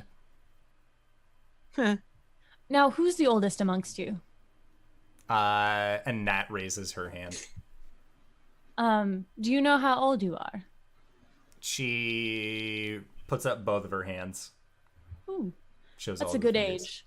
You know, when I was your age, I got my first weapon, and I'm gonna pull out a dagger, and I'm gonna hand it over to her in the sheath. And she just takes it and looks at you, and Squidly just goes, "That's okay, she touched my head." Now, this is a big responsibility. You can really hurt yourself with this. Do you understand? She nods. You can get arrested because of the code legal. She Keep just it kind of like sheathed. tilts her head towards you. Don't Keep it- show it to anybody. Nods again. Keep it sheathed unless absolutely necessary. And I like give her like a very like, this is serious. Yeah, and she just nods her head in agreement. All right, You end up in jail. You don't get to come home. for food. Hmm. All right, run along And and she- don't hit strangers with snowballs because you don't know who they are. And only poke people in the eye with those javelins. You Whoa, no, no, still no, get- no, no, no, no. Hubris hops off and he's just grabbing the javelins that are just floating there. And Jenks the entire time just, oh my god! Like just watching this magical thing happen in front of him. Kronk will snatch it back up and tuck him back in. And Ghost, you feel a tug at your coat. And when you look down, it's Nat, and she makes a hand motion towards you. And Squidly just says, she says thanks! How do I say thank you? Are you welcome? And then Squidly kind of shows you a quick hand motion. You're welcome. Yes, this one. I'm not as good as at ASL. I wanted to Thank learn a few you. things. You're welcome. Yes, but yeah. So you say thank you back, and then she just smiles really big, and you can see that like she has a few of her lower teeth towards the back that are also kind of missing from just a life out on the streets. But then they seem to just run off and begin continuing to play. Hey, whoa, wait. And then I hand him a big bunch of rations. Like Jenks is just holding on to them, like tucked in with his owl bear, and Adventurers need rations. just nods. And Squilly just goes, "I hope they are hardtack," and just continues walking. What an odd little child. Do I hear Hubris' voice where he is? Yeah. I'm gonna kind of go over and like put my hand out for him. He'll reach. I'm gonna squeeze his hand real quick, and then just like Ghost is a little excited, and then oh sorry, the hunt. I think in that moment he like swoops in, gives her a peck on the cheek. Who did this? Who did that? No, he licks her face and then. Oops, sorry, that was Gwen. Oops, sorry. All right. Yeah. So we're gonna get. Is Hubris gonna stay on the back of the cart or on Kronk's shoulders? He's gonna stay on Kronk's shoulders. I think it'll be like, it only stays up for an hour because then that'd look really like suspicious. Like he appears and he's like quick, like trying to turn back invisible. And as the whole hand kissy thing's going on, Kronk is standing there, and they're not facing him, and he just smiles to himself. Bless. All right. So you guys are going over to the cart. Yes. Yeah. So I would like to pretend to take shelter behind it a little bit, or by the building. Basically, I want to be able to mark the scent of this guy when he comes out, or maybe I can mark her scent if I walk by. Yeah, you'd be able to, and you see that the carriage driver is just like arms stuffed into a muff that she just has in front of her, and like wearing extra coats. You can see that her cowl's pulled up to kind of just shield from the cold, but there is just ice crystals that are forming in her hair, and she just seems to be just fucking Agron just needs to. Agorn needs to get the fuck out of there. Wherever he is, this is bullshit. And I'll mark her scent. Okay. And then we'll go down the street a ways so that we have like line of sight, and they will pass us. Okay. Sounds good. So you guys are staking it out, and Hubris, you have like hid behind the cart. Oh, I've crawled back on top of Kronk's shoulders, and he's just sitting there. Okay. And we're gonna wait for him to come out. Although, should we wait for him to come out? Okay, sorry, out of character moment. Should we wait for him to come out, or should we go in there? Because he might be handing off the stone. GB, True. you can say these things even if Kronk won't say them. Kronk was all about throwing a carriage through the wall and going in and getting them. Yeah, he said his piece. Yeah. The kids were down with it. What does the building look like? All of these buildings are just shanty homes. Like super thin? Yeah, very thin walls. They don't look like they actually do a very good job at keeping out a lot of the wind. Okay. I'm going to whisper up to Hubris after we pass the carriage, after I mark the scent, and I'm going to say, perhaps you should listen in before we go on this venture. You hear and the crunch of snow, and as he walks up to the building. Okay. Make a perception check. Or actually, yeah, a perception check is fine. Oh, cool. 17. Okay. And that was with your disadvantage? I rolled a 20 and then a 17. Oh, okay. Yeah, so you go up to the first building that you thought might be the one that Agorn went into, and you put your ear up against it, and you don't hear anything, and peeking through some of the cracks, you see that it's a vacant building. You're pretty sure he's not in this one. So you kind of continue on until you go and check about 3 buildings into this into these rows. And that is when like kind of peeking through some slats in the walls themselves, there's like a little knot inside of one of the wood pieces that kind of bends the board out so you can get a good look through. But you can see that there is a man that is roughly about 5'6", long brown hair, and he is standing kind of hunched over, leaning onto a bed. And on that bed, you can see that there is a humanoid figure that is currently bringing hands up, trying to push him back as he is using a sack to try and smother them. From the crack, And I'm going you hear, "This is your fault. Why couldn't you have married somebody handsome? Maybe then I would have had a shot." And he's just currently trying to smother this person. a snap of the fingers, and I'm going to... Ooh, I can do this. I'm going to first mark him with my Hexblade Curse. Right? Yep. And then I'm going to blast him with magic missiles. Okay. Sounds like good. The missiles like fly forward, up, around, and then like into a window and just hit him in the back. You see that they just go through what look to be through the slat? Like through slats, through rat-hewn holes. They all just seem to shoot through. They are unerring in their strikes. Yeah, Hubris will just yell, "Hey!"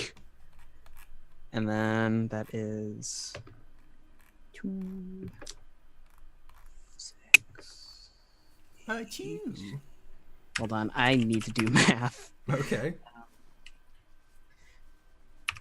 That is 17 points of force damage. Oh, geez. Okay. Yeah, so you do that. Let's roll some initiative. I find a pen, because I moved things recently. Now I don't know where my writing utensils are. Oh, actually, could have shouted carriage. Yes, you can shout carriage. I accept this. I am going to be just typing it, I guess. Carriage driver goes, "What?" Huh? Alright, so... So, you dealt 17 points of damage? Yeah, Hexblade Curse, yo. Okay, so let us get this guy's stats. I could have one-shot him, actually. Hey. Okay. Sounds good. Yeah, so he just lets out a yelp and kind of like flies back, and you see that the woman underneath pushes up the sack, and it is just this old woman. She looks like she is maybe in her 70s, late 70s. But let us get some initiative. I really need a pencil. I will be right back. No! For all you audiocast listeners, Indoor just left the table and turned off the lights somehow. Did he trip a breaker? Impossible, because then No, this computer would have computer's gone down. something, yeah. Yeah. There we Maybe he go. Maybe it's a lamp. I want to say it's a lamp. He like kicked the thing out. Yeah. So when he comes back, let's talk. Oh, nope. For all of you, VOD Oh, people, I told all of you them. audiocast people. I told them. No, for all you audiocast people, my cheeks are a rosy red color of embarrassment. So, all you VOD viewers can see this in lifetime at twitch.tv/theindooradventurer. So, Was it a lamp? It was a lamp. Yeah. All right, so what is Hubris's initiative? 4. Okay, Ghost. 16. 16? And Kronk? Muted. Muted for a lot of times. 15 for once. Okay. All right, so, Ghost, you hear calling out through the snowstorm Hubris's telltale voice of carriage, and then you hear the sound of just magic kind of coming out from the general direction where you saw him scamper off to. Or I'm where going you to take didn't a- see him scamper off, Right. but where you had directed he should scamper off towards. I'm gonna take a quick look around. Are people reacting to this? They don't seem to have taken notice because of how far it is away from the blizzard.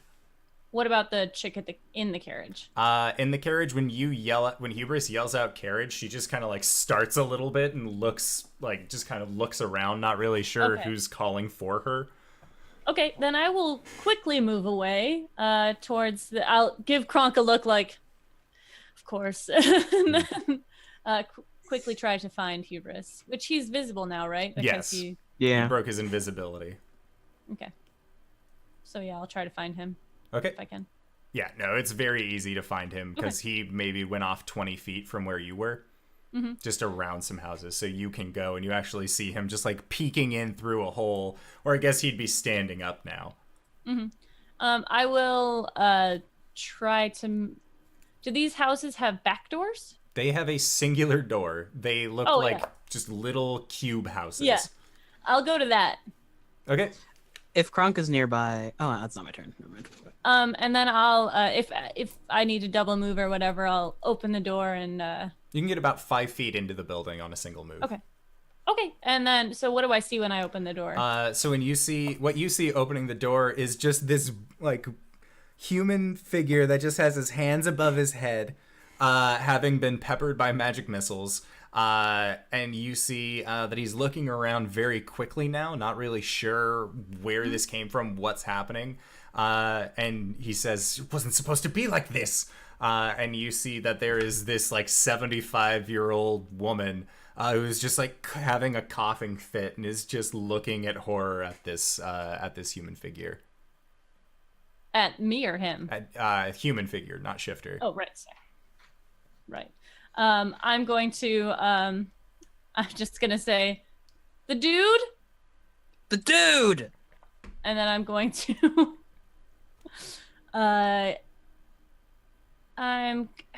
how bad does he look? He looks like he got peppered. He doesn't look like he's bloodied necessarily, but like he's kind of a squishier guy. Most bards are, so like he did take a significant amount from the 17. Okay, I will cast if I cast Guiding Bolt, will it make this place a beacon? Not because of the snow. You don't believe that it will. Okay, then I will do that. So I need to roll for an attack.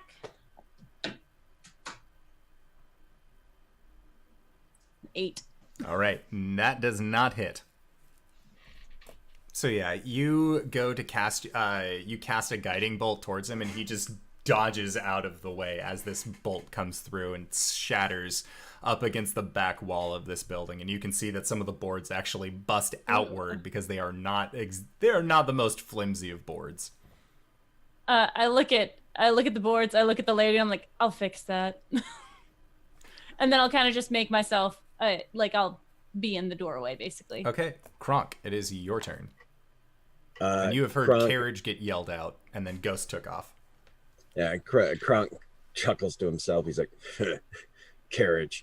And he interacts with the carriage and just slams it on the side as interact with object, because he can technically lift a carriage in each hand. Oh my god. So yeah, like I said, interact with object, turn the carriage on its side so that the horses would have to drag the carriage away, and then forward, doom towards the and as you run by, as you flipped it downward, the rider, like the driver of this cart, just shot off at the quick speed that you slammed the carriage over, and you see that they are currently sticking ass over tea kettle out of a snowdrift, their feet just kind of kicking up towards the sky. All right, and I don't have a plan for that. I know carriage is ahead, so whatever happens there happens. But Kronk pushes forward. How close can I get? You can get there.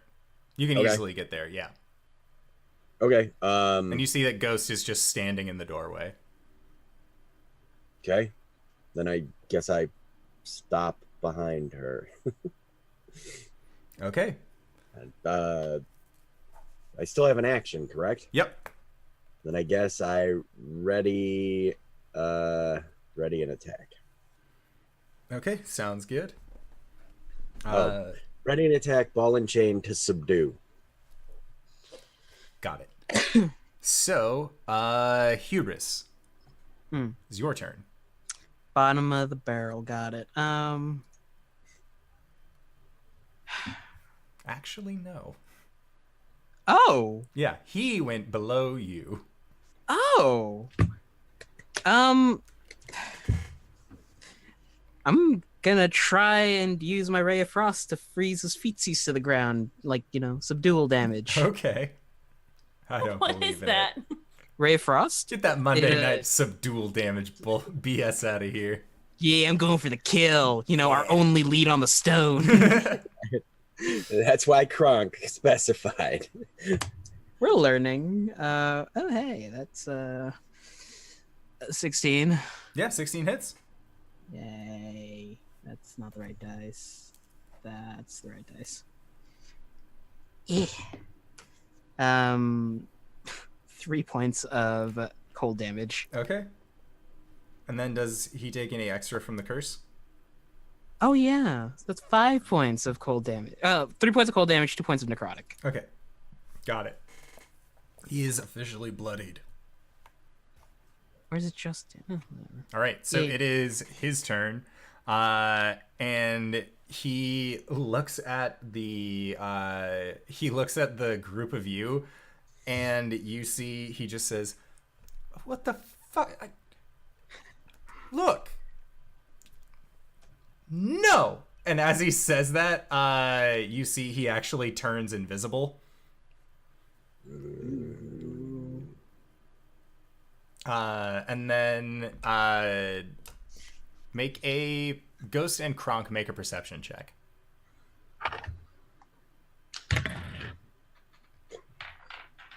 Why do you roll off things? 10. 16. Okay, so Ghost, you're kind of scanning around. You're not used to your enemies just going straight invisible on you. But Kronk, you're used to bullshit trickery from your opponents.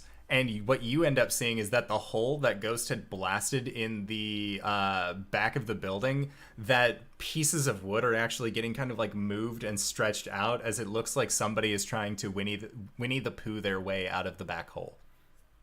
He's going through the hole. And you hear the wood stop moving and then quickly starts moving again as he's like hurriedly trying to get out now. Ghost, it is your turn. Then I'm going to move forward to the hole and grab what I assume is ass cheek. Put my nails into him and pull him out. As you go, your hands just sink through the air, and looking down, you can actually see outside of the hole that there are footprints in the snow that extend about 15 feet away from where you are. Then I'm going to go for it. I'm going to track him. Can I get through the hole? Make a athletics or acrobatics check. Athletics. 22. Okay. So if you want, you can just like tear the sidewalls apart and just keep walking, or you can scale through the hole, no problem. I would like to scale. We've already destroyed this one. It's such a small place anyways. Yeah, so you hop out and you are able to then follow after the footsteps. Back door. And I'm going to...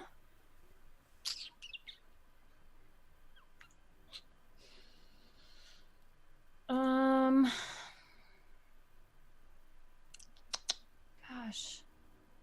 That's not a lot I can do. Just so you know, you would be able to try and hit an invisible target, but you would be at a disadvantage. Yeah. I'm trying to figure out what I want to do. Maybe I'll cast another guiding bolt at him. Okay. At disadvantage. It's an 11. Plus your... No. Oh. Wait, 7. Yeah, 7 plus 6. No, 7 plus 6 is 13. 13. Still not enough. So your bolt ends up going wide, and it just takes off the corner chunk of another one of these shanty homes. Ooh. Kronk, it is your turn.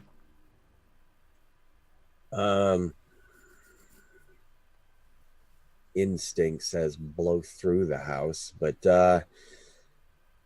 I will do like a pivot, kind of like a basketball pivot, and spin around the side and go just barreling around the house to try to, because she called out back door. Yeah, and you I see saw Ghost where she went, having freshly launched a guiding bolt towards an invisible target. All right, I'll whoop around there, and I will also I'll chuck a javelin at said invisible target. Okay, make an attack roll. Okay, a 2, which is 9, and oh my god, okay, a 3, which is 10. Okay, So, neither of those javelin. hit. So your javelin just goes off into the snowblind, and you hear it sink into something. It doesn't scream, so you're hoping it's wood, but you hear your javelin sink true. Okay. Man, I wish I picked up Fairy Fire. All right, Or Hubris. Glitter Dust. What is it? I'm just gonna dash to where the footprints ended, and I'm gonna try and swing my longsword. Okay. Make Some your dual attack. damage. Flat blade. Oh. Does a 18 hit? An 18 does hit. Roll for damage. You're lucky. It was a crit. This man would have been dead. DED. DED. Does Hubris know where he is because of his curse? No, I just got lucky. Yeah, he just followed the footprints to where they ended, and then just ran Right. up and swung out. I know, but that's not part of the. No, that would have been like something like Hunter's Mark, or I think my actual hex. Actual hex does, yeah. Yeah. Okay.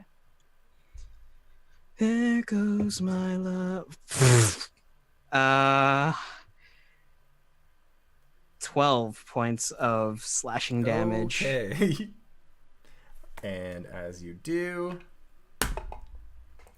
yeah, his concentration on the invisibility breaks, so as your blade swings up, it's almost like you're tearing through his spell as it just sort of widens out and you see the invisibility fade from his personage.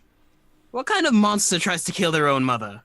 It was necessary! Maybe we shouldn't talk about it out loud! Then don't run. We can talk about this nicely, of course. if you want Intimidation? that. So he is going to try and cast sleep. Oh dear. So, It's a good thing I'm. Oh no, wait, that's Monday nights. Right. all right, so sleep is, I believe, A shit ton of D6s. D6s. I believe it's 5d8. Is it?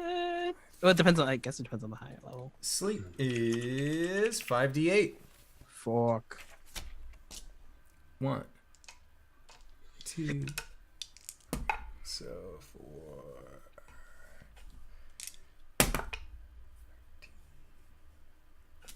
4. Does anybody have 28 hit points? Nope. Nope. His spell fizzles.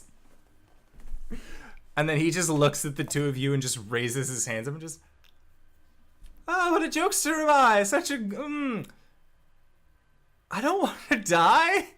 Well, then come and speak with us. And she just gets very warm and walks over to him. And as you are getting warm and going over to try and talk with him, I would like for you guys to make perception checks.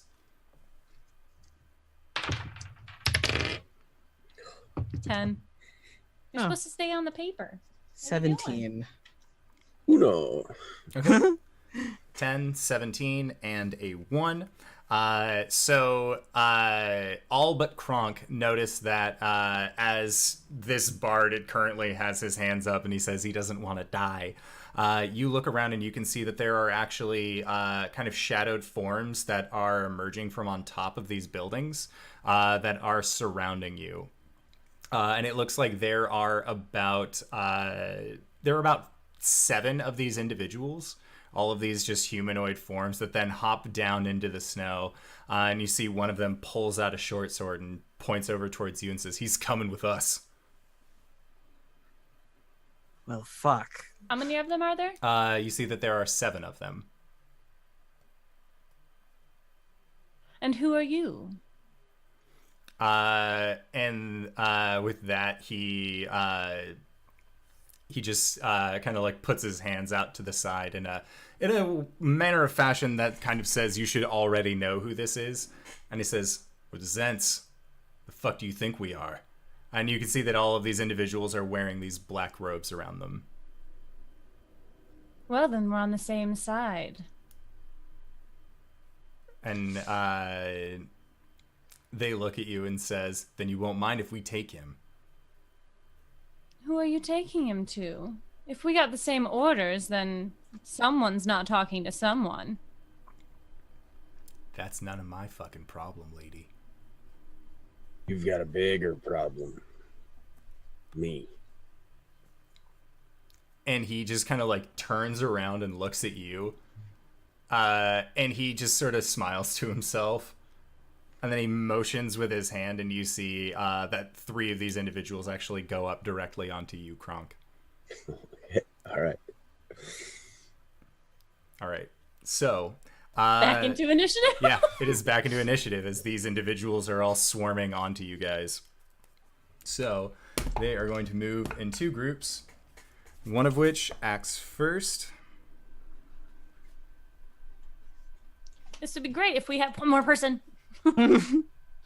Hey now. I know, I'm sorry. You got 3 kids nearby. That's right. One with a dagger. It is true. They could have had javelins. Justice reigns from above. Squidly just fucking throws this thing. Exactly. Okay, If so Kronk hadn't given her a dagger, I was going to give her the scimitar and tell her that she needed to return it to me tomorrow.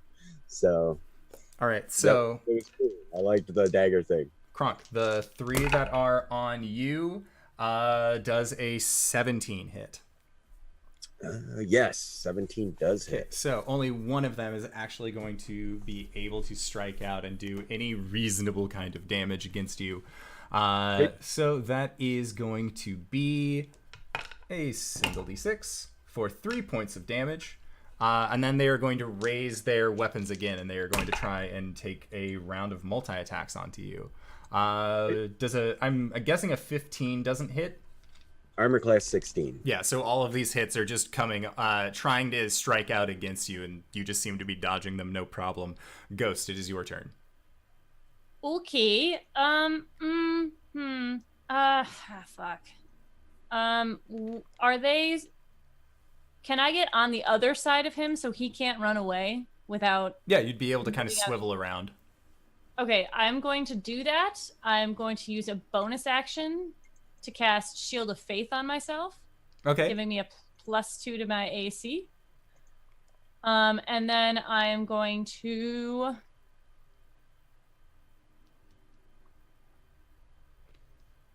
I will cast a... do I want to do that? Did I do Your second that? spell would have to be a cantrip. Oh, that's true.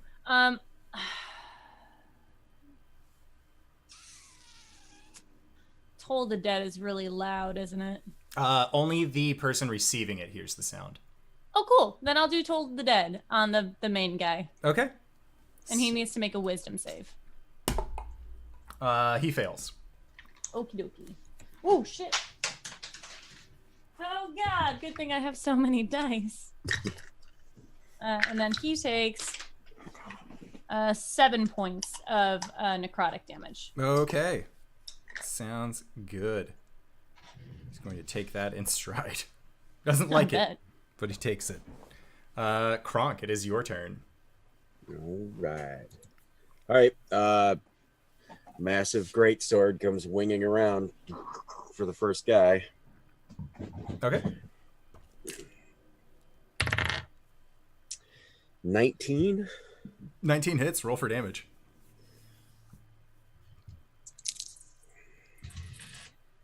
Oh, nice. All right. And we're going to... He's got a short sword? Yeah. A single short sword? Yep. All right. Disarming attack.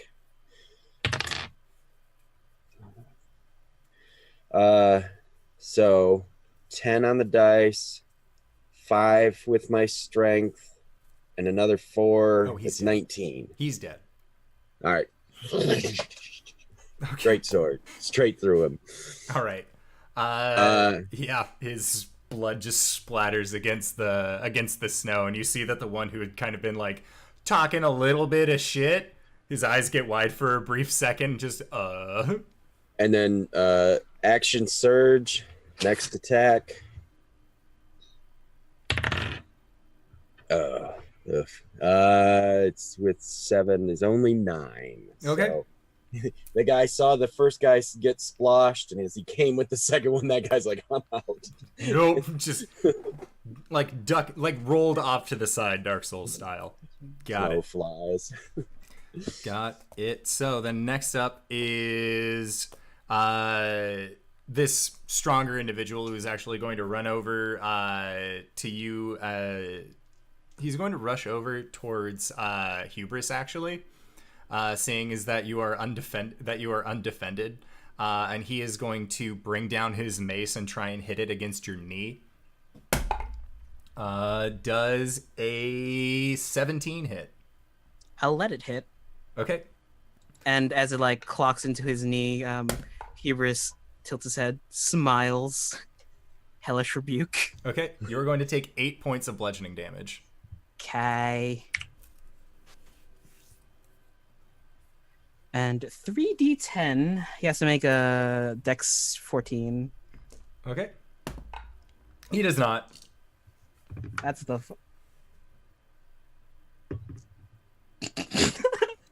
I'm sorry. I rolled a 7, and a 10.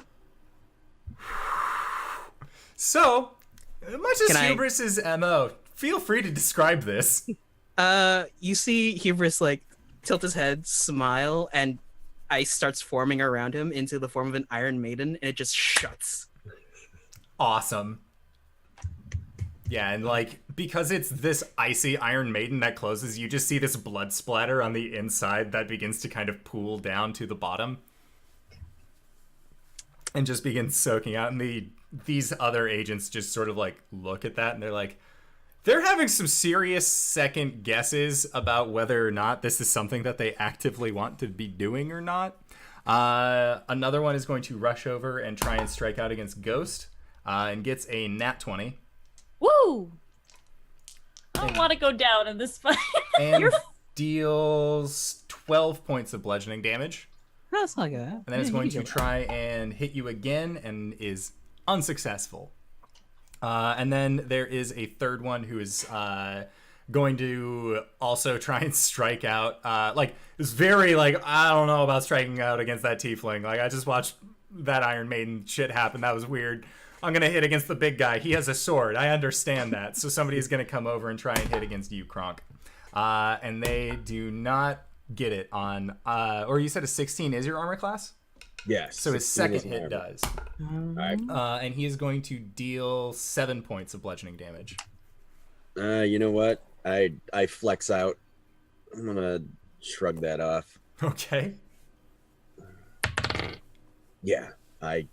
His sword comes down and like, and I go, and it just goes, it bounces off, stones and God. burns. Okay. Hubris, it is now your turn. Because whenever you kill people, it's never on your turn. Isn't that the greatest? It's action economy. Hubris is going to two-hand his longsword, and how many guys are around us? There are currently 5 guys around you. 5. I'm gonna just hit the closest guy to me using my green flame blade. Okay. So that's 23. 23 hits. 10 points of slashing to him. Oof. Okay. And then a blast of green fire just like flies out and hits another guy for 4 points of fire damage. Okay. Sounds good. Yeah, so those guys are definitely taking the brunt of your hit. And this bard is just kind of like hands over his head, very nervous about everything that has kind of been going on, considering that a fight literally just broke out around him while he was trying to kill his mom. It's been a bad day. And so he is actually going to cast the Shatter spell. Uh-oh. And he is going to do it. Let's see what the range for Shatter is. 20 feet? No, 15 feet. I want to say. It is each creature within a 10-foot radius sphere centered on that point must make a Constitution saving throw. So he is going to going to place it kind of far enough away, so it's going to be destroying a house that is behind. He's going to just bust down the house that his mother was in, and Kronk, you are going to need to make a Constitution saving throw.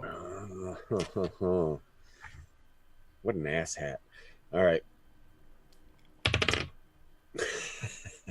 Nat 20. Okay. Nice. Sounds good. So, with your nat 20, flexing through it, you are only going to be taking half the damage. So, you take 5 points of thunder damage. Yeah, that's 27. I love it. All right, 5 points of thunder damage. All right. And then I'd like for you all to make perception checks again. Some bitch. 5. 9. 3. Okay. So Ghost, you as you are kind of like taking in combat, you actually start hearing somebody yelling out over the snow, and when you look behind you, you see that there are the 3 kids, and they are about 60 feet, or not 60, but they're about 35, 40 feet away from where you are. And you see that they are looking very scared, and they are like moving out onto the ice of the Deepwater Harbor. And you can see that there is this group, the people that were around you guys when you were handing out coins and weapons to these kids, these older individuals that had been trying to warm themselves around the fire. And they are trying to come after these kids. And the kids are like, Nat has her knife out and she's just kind of waving it towards these individuals to try and get them to stay back. And Jenks has his hands still full of all of this food. And as they continue to go, you actually hear the sound of ice breaking, and Jenks falls through the ice. And Nat just starts crying out for help, doesn't know what to do. And you see that Jenks is still like trying to grab onto the ice. And Squidly like runs down and tries to pull him out, and you can see that all like these urchins are still fast encroaching on these kids. So it is now the top of the round with 2 of these individuals that there used to be 3, but then Kronk just one-shotted one of them. And Kronk, you don't see this. Hubris, you don't see this as well. This is just something that Ghost has seen. But one of them is going to get a 15 against Kronk with its first hit, and then a 19 against Kronk, and is going to deal 5 points of bludgeoning damage. And then the second one is also going to try and strike out against you. And his second attack, much like his other friend, also went through for another 5 points of bludgeoning. Okay. All right. So next up is Ghost. What would you like to do? You said 35 feet? Yeah. Like the hole is 35 feet in the ice away from you, so with your full 30, you'd be able to get up there. Yeah. I'm going to I'm going to use my bonus action to cast Spiritual Weapon in front of the urchins that are trying to attack the children. Okay. I'm gonna make it in the form of a. Does it have to be a weapon, or can I make it like you a can wolf? make it anything. Cool. I'm gonna make it a wolf. Okay. That's like gonna be growling and looking menacing. All right. So yeah, you summon that over there. And make an intimidation check when you do.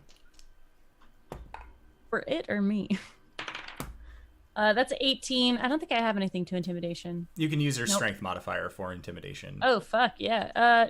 That is always an option in my games. Yeah, so 24. With a 24, as you summon out this wolf, the wolf actually makes a like howling sound. And you can see on this wolf, much like on your own personage where you have your left eye as just this flaming mote, this wolf also just has this blue flaming eye that is wreathed off of it. And it just stands guard and growls at these urchins as they begin to just kind of like sidle away, no longer interested in trying to harass these kids for their food and money. Jenks is still in the ice though. So then Near the shallows though, right? Yes. Okay. That was my bonus action. Yes. Then I am going to. God. I'm gonna toll the dead again. Okay. On the same dude. That dude's dead. He tried to strike Hubris. Which is the Right. bad idea. Yeah. I'm going to do it on someone that's on Kronk. Okay. So he needs to make a wisdom save. Sounds good. So that's a 2 on the die. So he takes 1d8. Unless he's wounded. 7. Yeah, are you doing one on a wounded guy or an unwounded guy? Because if it's a wounded boy, then that's a d12 damage instead of d8. Okay, just kidding. Sorry, I forgot about that part. That is 12. Okay, this is why it matters. So yeah, as you cast this spell, you see one of them just like grip their head and actually like pulls out some hair from just squeezing against their head so hard as that bonging sound just echoes in his dome. I want to pull the guy I'm next to that we're fighting over basically towards the kids. But that's an action, right? I'd have to grapple him, right? Yes. Okay. So then I will wait. All right. Because Bumblebee. 6 seconds isn't that long. All right. So next up is Kronk. All right. And Kronk, you have what look to be 4 of these individuals on you. All right. Well, just chop them like cordwood. 20. Oh. And you see that there are like kind of like tougher looking guys that have taken some beating from ghosts as well as you, and then there are other scrawnier, smaller looking ones. Which would you prefer to hit, the big one or the small one? I rolled a 20. I'm hitting a big guy. Okay, sounds good. All right. So that's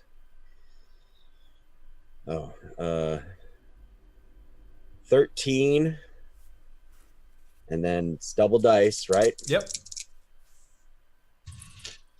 Ooh, a great weapon master. I roll both of those dice again. Nice. I rolled a 1 and a 2. All right. So 13 plus 7 is 20. 20 straight, yeah. And fudge him. I'll throw a superiority dice in on top of it.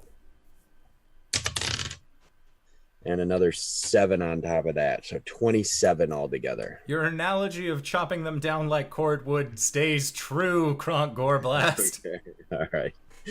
As this individual who was only looking a little roughed up before, gone.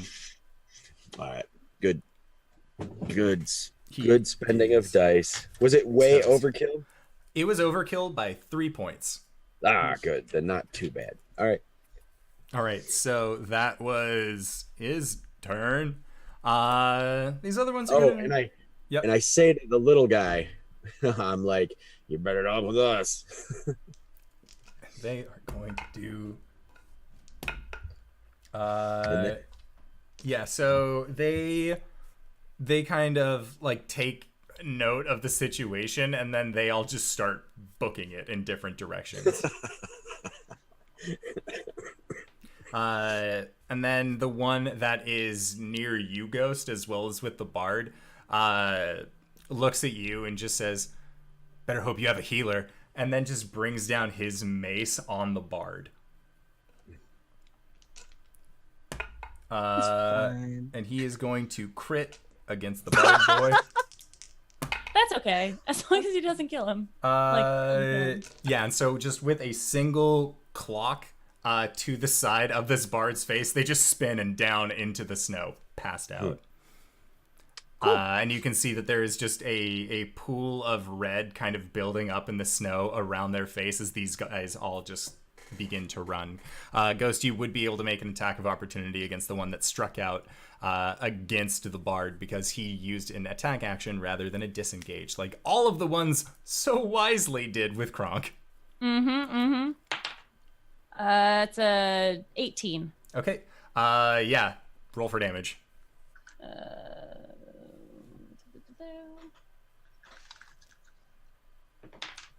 That's 9 points of damage.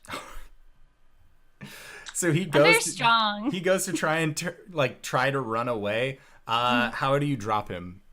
I'm gonna grab him with my claw as he runs away, or as he's trying to run away, and I'm gonna turn him so he looks at me, and my eye's gonna flare, and I say, "Good thing I am one," and then I'm gonna crack his spine. Oh Jesus! All right. Yeah. So you just do the arm drop, his arm from the back. You hear the spine break, and then just drops into the snow. And then as you drop the body and all of these other figures are running away, you can still hear the splashing sound and the yells of help. And Kronk and Hubris, the both of you can actually hear this as well. Then I am going to cast Spare the Dying on the duder. Okay. I'm going to tell Kronk to get the mom. Yeah, and then I'm going to run out to the kids. Okay. And I'll follow Ghost. All right, sounds good. So, Kronk, make a investigation check.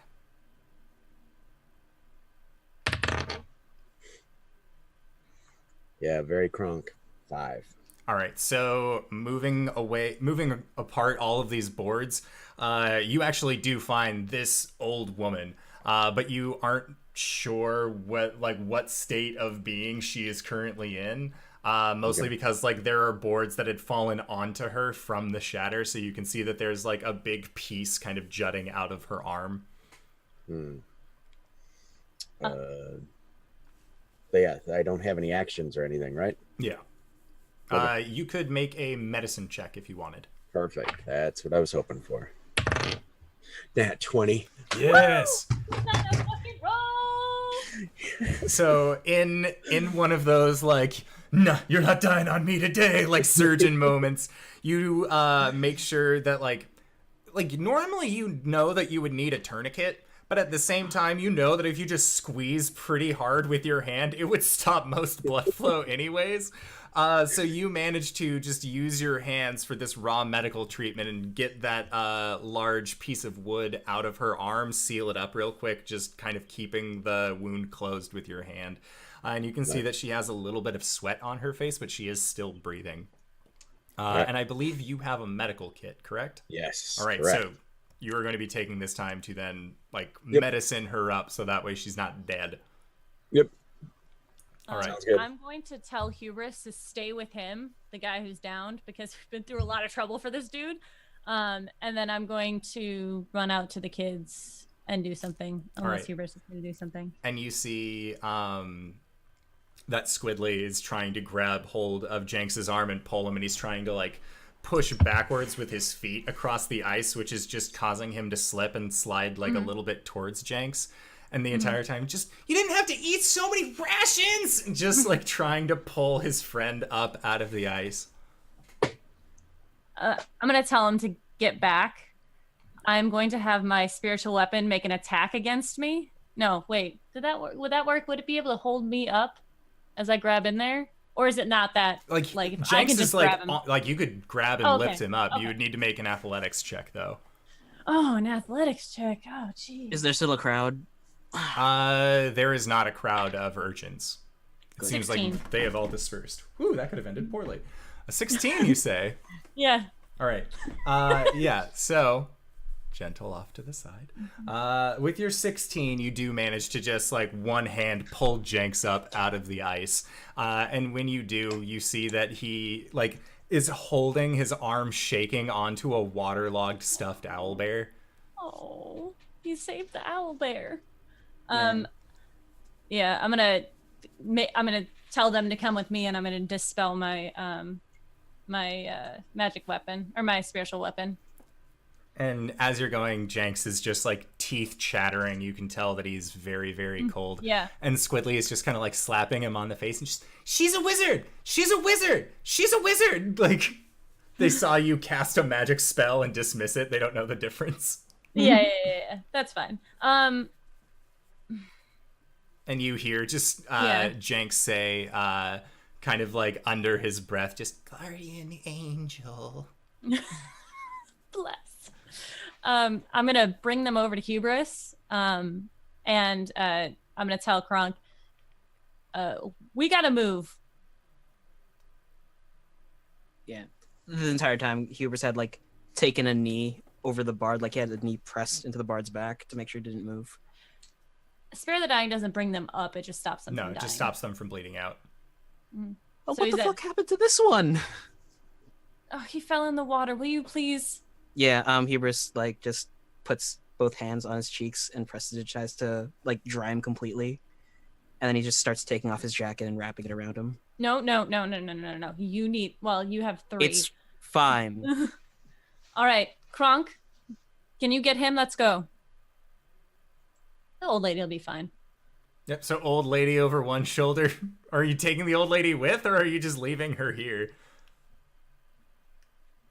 What would Kronk do?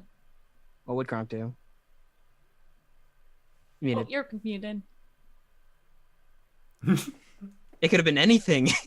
Could have easily That's Hey, snap! I think you know. stuff her in the bag. Yep, can't leave any witnesses. Okay, what did you yell? You said we gotta go? Yeah. Yeah, so I guess I grabbed her up, and then you and Hubris said grab him. Mm-hmm. So yeah, I grabbed the both of them. I mean, technically I could carry all the kids too, as long as they could hold on. If Sorry. you let them know, they will certainly try. Do we want to search the house? Like, if we leave. We're not coming back. Right. Or just search this jerk. Yeah. Yeah. Let's search this guy. Okay. Make an investigation check as you pat around this dude, and then you can also roll a separate investigation check for searching around the broken remains of his house. Okay. I'm gonna have Kronk. Oh, sorry. Did you roll it? Oh, I thought we were just all rolling. Oh, okay. I'm gonna have Kronk stand watch and make sure that nobody's coming. Okay, and you Right. see that the kids, especially Nat, are all very much like close on Kronk at this point. They were not anticipating a group of urchins trying to take them for all that they were worth. Mm-hmm. And he seems like he is the biggest boy on this block. You take the house, I take the guy. Okay. I got a 16. I got a 19 with disadvantage. Woo! Okay, so with your 19 investigation, searching around this guy, you do not find any brown pieces of paper. You do not find any stones, but you do end up finding what looks to be a love letter from an admirer. And the love letter is to Aegorn from a woman named Amath. Moth. Amath. Like a moth to an acorn. Ha ha ha ha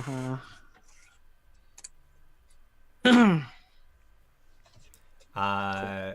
and it says, "Thank you so much for taking me to the wedding. I know that we've gone every night this last week, but each time it still just makes me think more and more of you." Some bitch. Okay. You're muted. So we now have the chick's name Yes. and the guy's name. Question is, Yes. sorry. House. The full name that's written there is Amoth, Sercent. Sercent.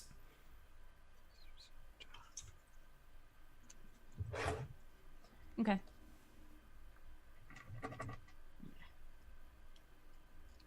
Yeah, and then looking around the house, you do not find, you find like some really old food. You see that there was what looked to be some storage containers full of kind of like rotted wheat that had been in these mason jars that had kind of broken open. You see that there is just very meager living was here. And just pulling back all the boards and sifting through the snow, you don't find anything relating to a package or a stone. Okay. All right. So take them both. I say we drop off the chick at some temple and bring him back to our place and interrogate. Cool. That's the plan. Huh. Looks really suspicious if we drag, 1 and 2 to a temple and just drop the old lady off. Well, we don't have to bring them both inside. Yeah, true. Kronk, All right. are you okay? Yeah, all right, kiddos. Stick close. Let's go. And they just sort of like eye the bodies that are littered around in this area and just... They're sleeping. You hear Squiddly say, "No, he's dead, but I kind of want to poke him with a stick, but like... At the same time, I feel like, I don't know, it wouldn't be as fun right now." No. Yeah, we should get Jenks out of the cold. And Jenks just nods. And he just says, "Waffles wants to get out of the cold too." I'm just gonna like constantly be casting to heat him up. Okay. Sounds good. Yeah, we're gonna pass the temples, right? Yeah. On our way back to the house. You can pass by Temple Row, for sure. Okay. All right, so yeah, you just leave off this old lady, don't really say a whole lot, and then just back out. And then you are going to take this unconscious bard. And at one point, the guards like come up to you and actually like inquire about this, and you explain, "Oh, our friend got a little too drunk recently." And they're like, "Oh, okay, yeah, that makes sense. Got to stay warm somehow." And so you just make your way back to Troll Skull Manor. And kids, see? Yeah, the kids are just like following after you guys, just like little ducks, until eventually you all find your way back to Troll Skull Manor. 3 new children in tow, with an unconscious bard slung over your shoulder, and that is where we will end it for tonight's session. So I wanted to say thank you so much to all of these wonderful players for coming by and putting up with this incredible Wizards of the Coast story that I have been having an absolute blast with. I've been waiting to meet these street urchin kids for a while, but they could only come in Mistshore. So before passing it off, we also wanted to say just thank you, audience people. Thank you to all these wonderful players, including RJ. Where can we find you? What do you do?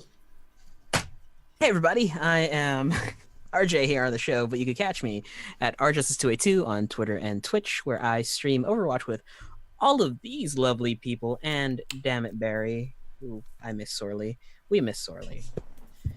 You can also catch me on the Monday game as our Shadowkai cleric, Calum, and on Wednesday as a mystery character during Curse of Strahd, DM'd by Danae Keener. Yeah. Also, catch me on Saturday on Pro Restarter stream as Ajax, the Initiate. It's so cool. I like Monster of the Week. It's been a good game to listen in on. And Greybeard, where can we find you? What do you do? Greybeard of Greybeards Tavern.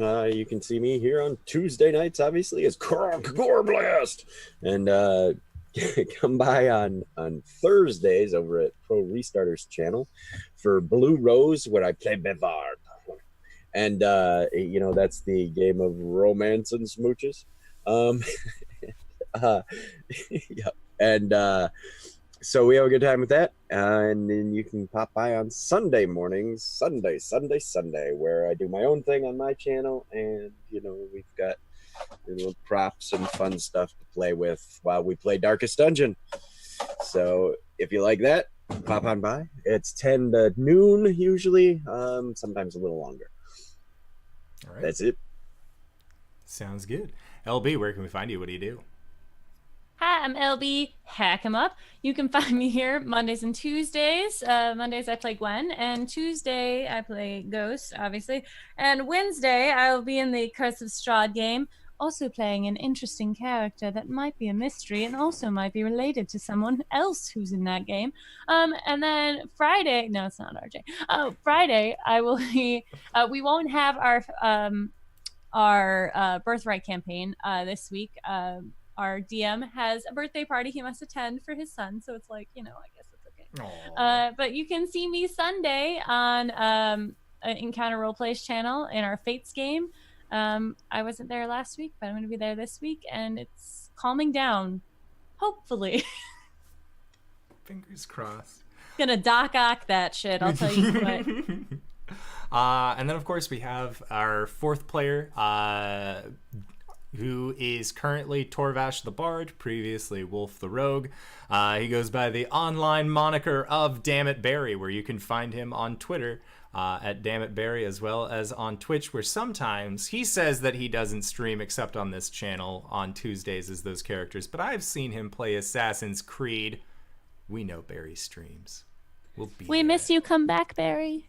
And Jurassic Park was awesome. He streamed that, and that was really cool. I want to make Killer Raptors. And I am the Indoor Adventurer. You probably already knew that if you've made it this far in the stream, but if you haven't, hey fella, how's it going? You can find us here at twitch.tv/TheIndoorAdventurer, youtube.com/TheIndoorAdventurer. We are also on Podbean, Spotify, iTunes, Google Play, Overcast, Stitcher, and all of your other audio cast listening needs as Indoor Adventures. So you should check us out on there and give us a quality review for the quality service that we like to give to you guys every week. If you would like to check out any of our merch, you can go to streamlabs.com/TheIndoorAdventurer.